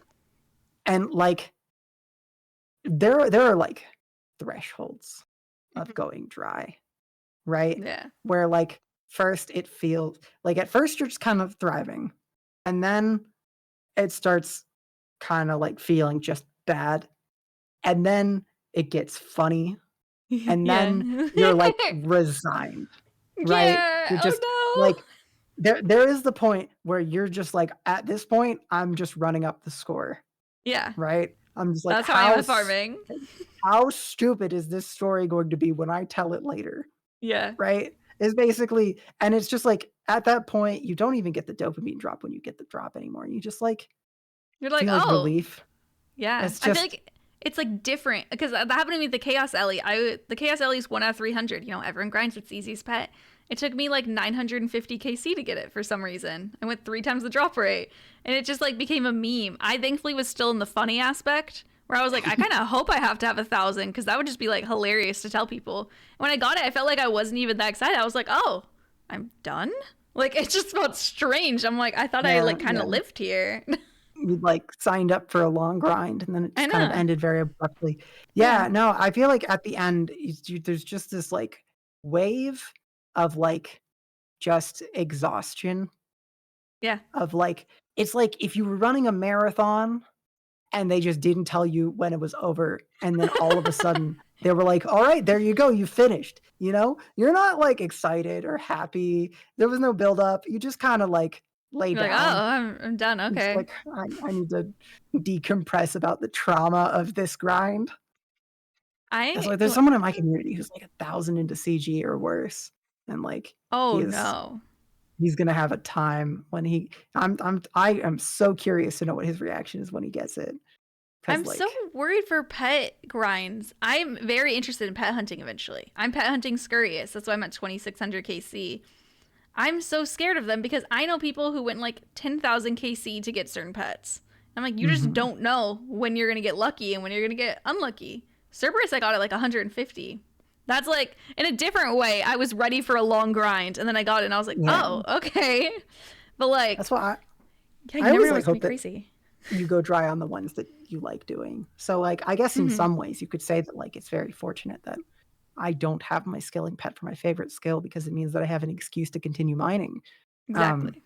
but I do have plenty of alts to mine on instead. You're like, I wouldn't hate it. You could give me the pet. It's okay. And it's like, hey, Jack X, I know that I love mining, but like it would be okay I to swear, have, I'll make another you know, account. yeah, that's I feel that so much though. the That rock golem thing. yeah. Your rock golem is your tangle root, so I feel for you, and I hope you don't go 95 mil without it. Me too. That'd be really bad in mining. I feel like That'd mining be it's worse. Farming it's not like 95 isn't the worst for farming, as disgusting as that sounds. And mining, I feel like that's pretty ridiculous. I have it's faith. like 100K an hour, My God. like efficient. Yeah. So I hope you get it soon. that would be 1,000 hours grinding for a pet. So Don't say hopefully it out that doesn't loud. That's happen. fine. Don't do the math. This is just like the year in review again. We don't need to do the math. Maybe I'll just like when I'm doing other accounts, just park my main at MLM like always. You I think should. realistically, I'm not gonna grind for Rock Golem until I max, just Yeah. because there are other Other bigger priorities. priorities. But like after I max, Rock Golem. Do you do mining on your main off stream? Because I don't farm off stream. I know I could have more XP, but I'm like, at this point, no. I'm going to be the most Yeah, obnoxious person. Everyone has to see it. I think that when I'm multi-logging, usually at least a couple of them or like one account is mining Yeah. on stream. But other than that, most of it's off stream. I don't really like doing tick manipulation on stream, Yeah, just that's fair. because like it really takes your eyes and it's really, really hard to read chat while doing tick manip. No, I could definitely see that. That sounds kind of annoying. Back to the Q&A. These are well, there's a couple real life ones. Actually, I'll just ask you the RuneScape ones first. Bextasy said, "What has been your favorite grind on your Tileman account?" There were a lot of good ones. I think that the early days were my favorite. I Mm-hmm. think when everything was fresh and new. I think Yeah. that there are different ways to answer this question. Which ones did I enjoy the most? Which ones were the stupidest? Stupid in a funny way. Yeah. Okay. So in order to unlock construction, I had no way of getting planks at all. Mm-hmm. So I had to get 10 construction to make iron like entrance portals. Yeah. Or I needed, so I used iron entrance portals to get to 10, and then I used clay to make fireplaces, I think. Okay. But I didn't have any method of doing smithing really, except for a furnace on Entrana. So I would basically take the Remington mine copper and tin. This is on a UIM, so some of my slots were full of other stuff. Oh god, I And forgot I was then on a UAM. Ugh. walk from Remington to Port Sarum, take the boat to Intrana, and smelt like 10 bronze bars, and then drop them because I didn't have an anvil, and then walk back. It was like 200 XP an hour. Stop. That is, That's I'd say painful. that's the craziest I've ever done. I That's think my rough. favorite was like I got soft locked at one point by miscounting my tiles and forgetting to bring a teleport back to my tiles. Oh. So I had to like hop back and forth on the first rock of an agility shortcut for like 20 hours. I think I remember you having to do that. That That's was my painful. favorite. I think that was probably that one, and doing agility by walking back and forth on the plank right at the entrance of the Brimhaven agility arena were So probably the two funny. like most iconic grinds. I love So that. yeah. And it doesn't annoy you when you're doing that? You just actually enjoy it? It's sort of the absurdism of Yeah. like, right? Okay. The whole account was a complete and total slog. Like Yeah. my early fletching was like picking up logs in the Remington like fletching shop, like picking up 2 logs and then fletching them into like regular longbows and then like selling them to the general store. And like my crafting was I would take the Corsair Cove merchant, the like merchant Yeah. ship, and I would buy like glass blowing stuff and then Oh. take the boat to Remington, walk across to Port Sarum, take the boat to Intrana, No. and then fire the glass and then walk. That's No. how I did. I did 50 crafting that way. That's so disgusting. So That's like the whole account was like super messed up back in the day, and like God.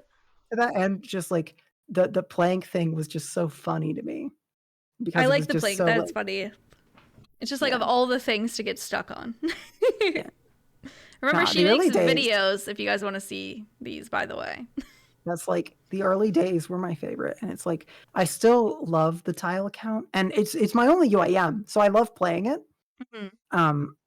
But like it makes me sad that there will never be anything like that iconic again. Maybe on your new account, you'll have just as weird things that you just don't expect.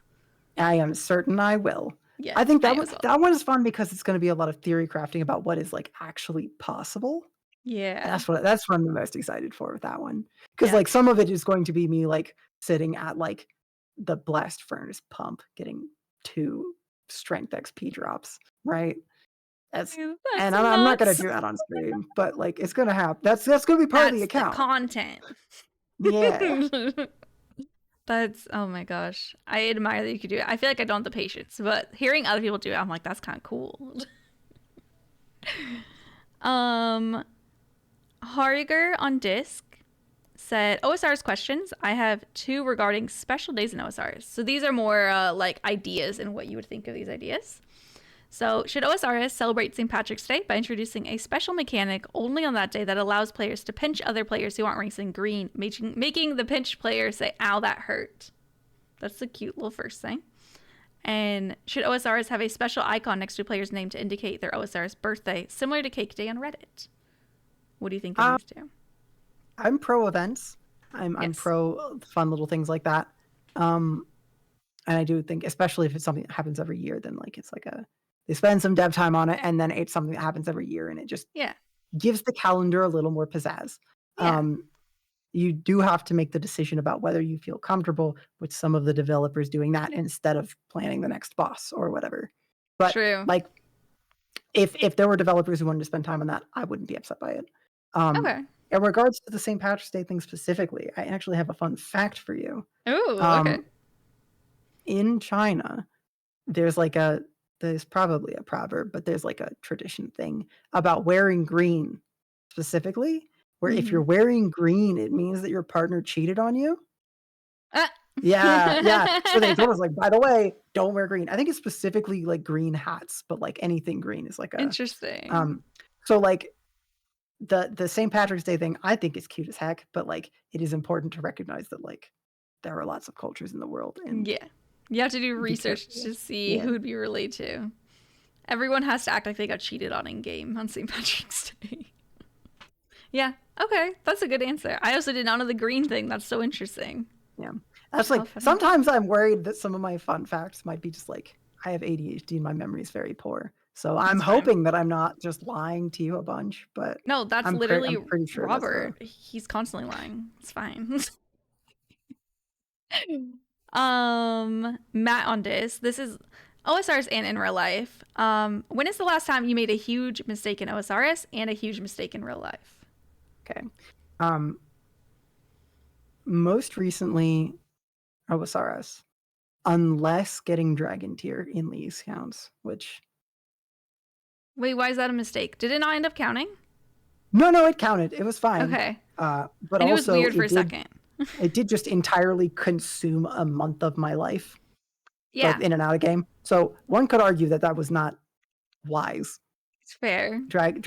I don't want to ever do it again. I'm glad that I have it. I don't want to ever do it again. But I did kill 2 hardcore skill peers in incredibly stupid ways. One of them died pickpocketing master farmers. Oh no. And the other one died to a sulfur cloud in Lovakenge. So I wouldn't even go there if I was on a hardcore. That place is dangerous. Literally, I was just going, okay, I was on a call with Tip. We were just talking, so I was a little bit distracted. You should never play hardcores when you're distracted, let alone ones that have 10 health. Yeah, but I got hit like a 4 by a scorpion running up, and then sort of I was going to stop and let it regen, but then I got distracted, so then I just kept going. And then I went up, and I was literally just going to run in and over to like the safe area by the bank, right at the entrance. Yeah. And as I was walking up, a cloud came down to the bottom row of tiles and then followed me across and hit me like 4 ticks of damage, and then I died. And that's how it happened. You were on the phone when it happened too? Yeah, I was on a Discord call. That's so funny. Tip was playing on her hardcore skill peer at the time, and I was just like, my skill peer just died, and she was like, what happened? That's not the best death I've heard of, but that's pretty funny. It's just following you around. Those are my OSRS mistakes. I can't think of any like recent huge mistakes. Any little mistakes you've made?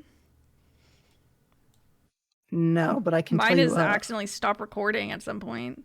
Oh my god, that's mine. Oh, that's a really good. It's both of the answers. I lost the footage of the 24-hour stream. Yes. That doesn't have the music in the background, which means that editing it is going to be a nightmare when I get around to that eventually. So there's one for you. That's a pretty big one. Yeah. So like I still have a copy of it with the music included, but like some of it's copyright, so it'll be really annoying to edit around. So that's one. But I also have a story from when I was very young. Okay. I was on family vacation. We were in Belgium, and we went to visit. They have this cool lock, like a boat lock. Yeah. Where like instead of just doing like the water fill thing, they have like it's basically a massive shipping container of water on rails, and the boat goes into it, and then they just like pull it up this long track and then let it out at the top. It's the coolest shit.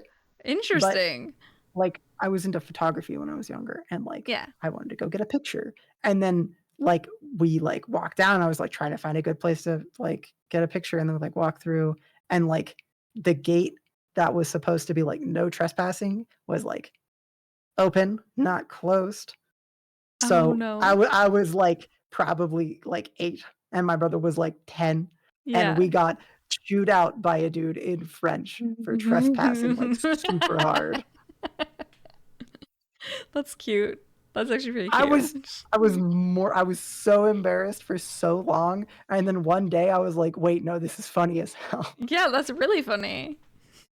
I feel like that's such a French thing to go and just like yell at children for accidentally going into the trespassing. It was like a big thing because like we could have gotten like injured or something because there's this massive boat thing I was kind of scared you were gonna be like I fell in or something. No, I just like normal mistake. Yeah. That's okay. I feel like that's pretty average though. It's funny that you were embarrassed for so long though. That's the first time I ever I was like a real rule follower. So I was like so Oh. embarrassed. I'm a little felon. A little felon, she says. And they sent you to Belgian prison. That's right. For 8-year-olds. For 8-year-olds. You had it coming. Next is from Megan Eve. What is your favorite type of cheese? I have 2 answers again. Okay. Cream cheese. Cream cheese. Cream cheese. Oh. Love cream cheese. That is the base of a cheesecake, right? Okay, cheesecake's good. You got me there. And that cheesecake is sugar and cream cheese, really. Yeah. And then like I have bagels for breakfast a lot, and I put cream cheese on my bagel. So like, Oh, nice. that's probably. And then the other one, I'd probably say, if you want like a real cheese, I'd say brie. I don't know if I ever tried brie when I ate cheese, but now I never will. I'll find a vegan one that tastes really good. I'm gonna buy. Oh, true. Oh, that might be hard. It's like got a little bit of a funk to it. Yeah, some like cream cheeses that I try, like they can't replicate it exactly. There's like one that I really liked, but they don't sell it. It's like they make it at this deli. So I'm like, okay, it's not very realistic to go there. But there's some cheeses that are sus. We didn't talk about this, but I dated a vegan for a long time, so I have a lot of experience with vegan food. Oh, okay. And no vegan brie. Vegan cheese. It's hit or miss. Everything else, right? It's really. I think the taste is fine. I think the consistency's off, and I think the smell is off. Oh yeah, I think it's gotten better than whenever I first went vegan. Like I would make a grilled cheese, and I'd be like, I can't even really eat this. I would eat it with like. Weirdly, I think I'd eat it with Cheez-Its because I wasn't actually vegan at the time. I was just trying to eat less dairy. Mm-hmm. But now I think that's come more of a long way. And I also just add nutritional yeast to a lot of stuff because it has a cheesy taste as well. Yeah. I've gotten used to it more. Raniel said, glute, referring to you as glute. What is your favorite type of bread and why? Mine is garlic bread. Garlic bread's a really good answer. I know, I was like, garlic bread might be my answer. I'm trying to think. Do you even like bread? Yeah. No, you're like, eat it. All right, hear me out. This is going to be a bit of a left field. Okay. But depending on how you define bread, Belgian waffles. Get out of here. What's your favorite type of bread? Waffle. Okay. Okay. What's the difference? Is it just because like yeast? Waffles have yeast. They expand. They're fluffy. I don't like it still. I don't know the difference, but I don't like it. Probably like you have to like prove bread. Yeah, you have to put in the proofing of it. I watched a lot of British Bake Off. Me too. Yeah. You don't prove waffles. Yeah. Other than that, there's this. I think. Make sure I know what it's called. I always forget and confuse it because it's like one of those not in English words. Very Belgian. Not Belgian. Oh. Italian. Oh, Italian. I think it's a ciabatta, but it might be something else. Oh, I love ciabattas. Ciabattas for like sandwiches are good. It might be a focaccia. One of the two. Focaccia is one of the olive oil that you like push it into it. That one's really good too. We make focaccias. Yeah. Don't know. The point is, strong one. There are very few bad breads. It's really real. I don't love wheat bread, but I could get around to it. Yeah, it's not bad. I would comfortably just take a piece of wheat bread and just eat it.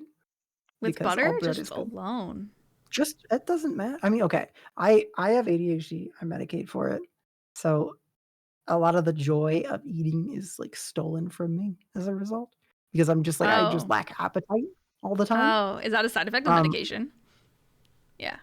Okay. It's funny. So the meds I take are a treatment for ADHD and binge eating disorder.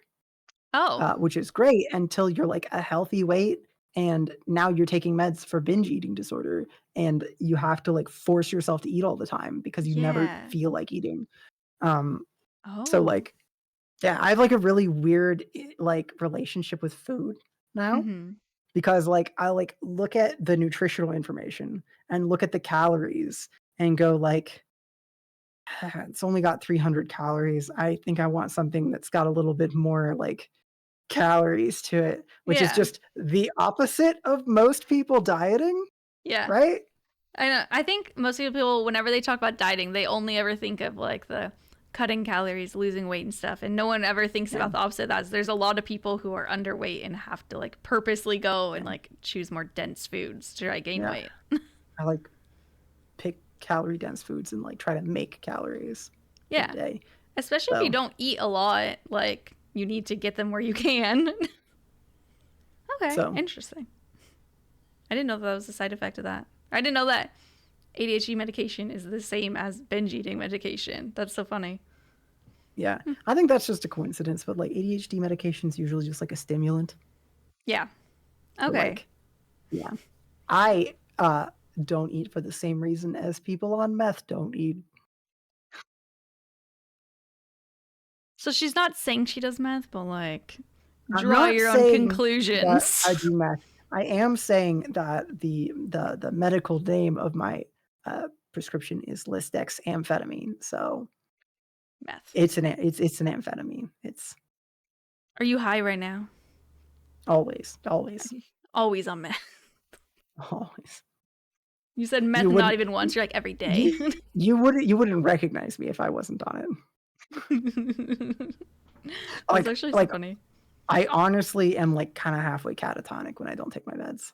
Really? Just because, So like, some people are opposed to taking medication. I'm on like antidepressants and I'm like, it's fine. Some people just need medicine. It's whatever. People are really weird Yeah. about it. It's like there's like a chemical imbalance in my brain and this restores it and I can Yeah. act like a normal human being. Like I think I was like that when I was younger too, thinking like, oh, you're like defective if you need meds. It's like, who cares? Yeah. What do you like? We're not robots. We're not machines. We're made of squishy stuff, and squishy stuff isn't. It's not perfect. Sometimes you need Yeah. a little boost. Yeah, it's like really cool that like modern medicine has figured out how to like equalize things Yeah. post production, and people who don't like those are, I Silly think, pretty billies? odd. They're very silly Billy. No, I know someone, she was like on antidepressants because she had bad anxiety and depression. And then her anxiety depression got better and she weaned herself off of them and it came back. And she was like, what? And I was like, yeah, it wasn't working because it Wild. disappeared. Wild. It's working because you're taking it. Because I think she kept saying she doesn't feel weird about taking it. But I'm like, you definitely felt weird about taking it if you quit just because like you thought that your body was fixed. Like that's just how your brain is and it's fine. It's fine. I think about stopping sometimes because like there are side effects, there are negative side effects, and it's like which negative side effects do you want? But at the end of the day, I can't be a productive, functioning member of society without it. Yeah. So yeah, mine. we'll take the other stuff. I agree. I get like really bad vivid dreams. I have vivid dreams every night because my antidepressants, and I hate it. And a lot of them are bad dreams. But now I got. Speaking of medication having weird side effects, I'm on high blood pressure medicine because it helps nightmares for some reason. No, Nice. I don't have high blood pressure, but yeah, that's another weird thing. But I'm like, I'd rather have bad dreams, as much as I despise them, than have my depression and anxiety be worse. It's a trade-off. But yeah, that is it for our Q&A. Did you want to say where everyone could find you on social media? I was gonna look this up, but I forgot. If you type gluten girl into anything, you'll find me. Yeah, Unless I'll I don't also have link one. too. Yeah. Unless I don't have one. If you type gluten girl into OnlyFans, you're not gonna find. You might find someone else. Maybe, probably not. I have met other gluten girls before. Yeah, but not the most common name. It is a strong name though. I do like it. I'm a big fan. Yeah. Is there anything else you wanted to say before we end? I don't think so. I think that I'm very satisfied. Okay. I'm so sorry again that we lost an hour. We've been here for 4 hours. Holy shit. I will let you go. Thank you so much for joining me, Gluid. I appreciate you. I'm so sorry. Bye.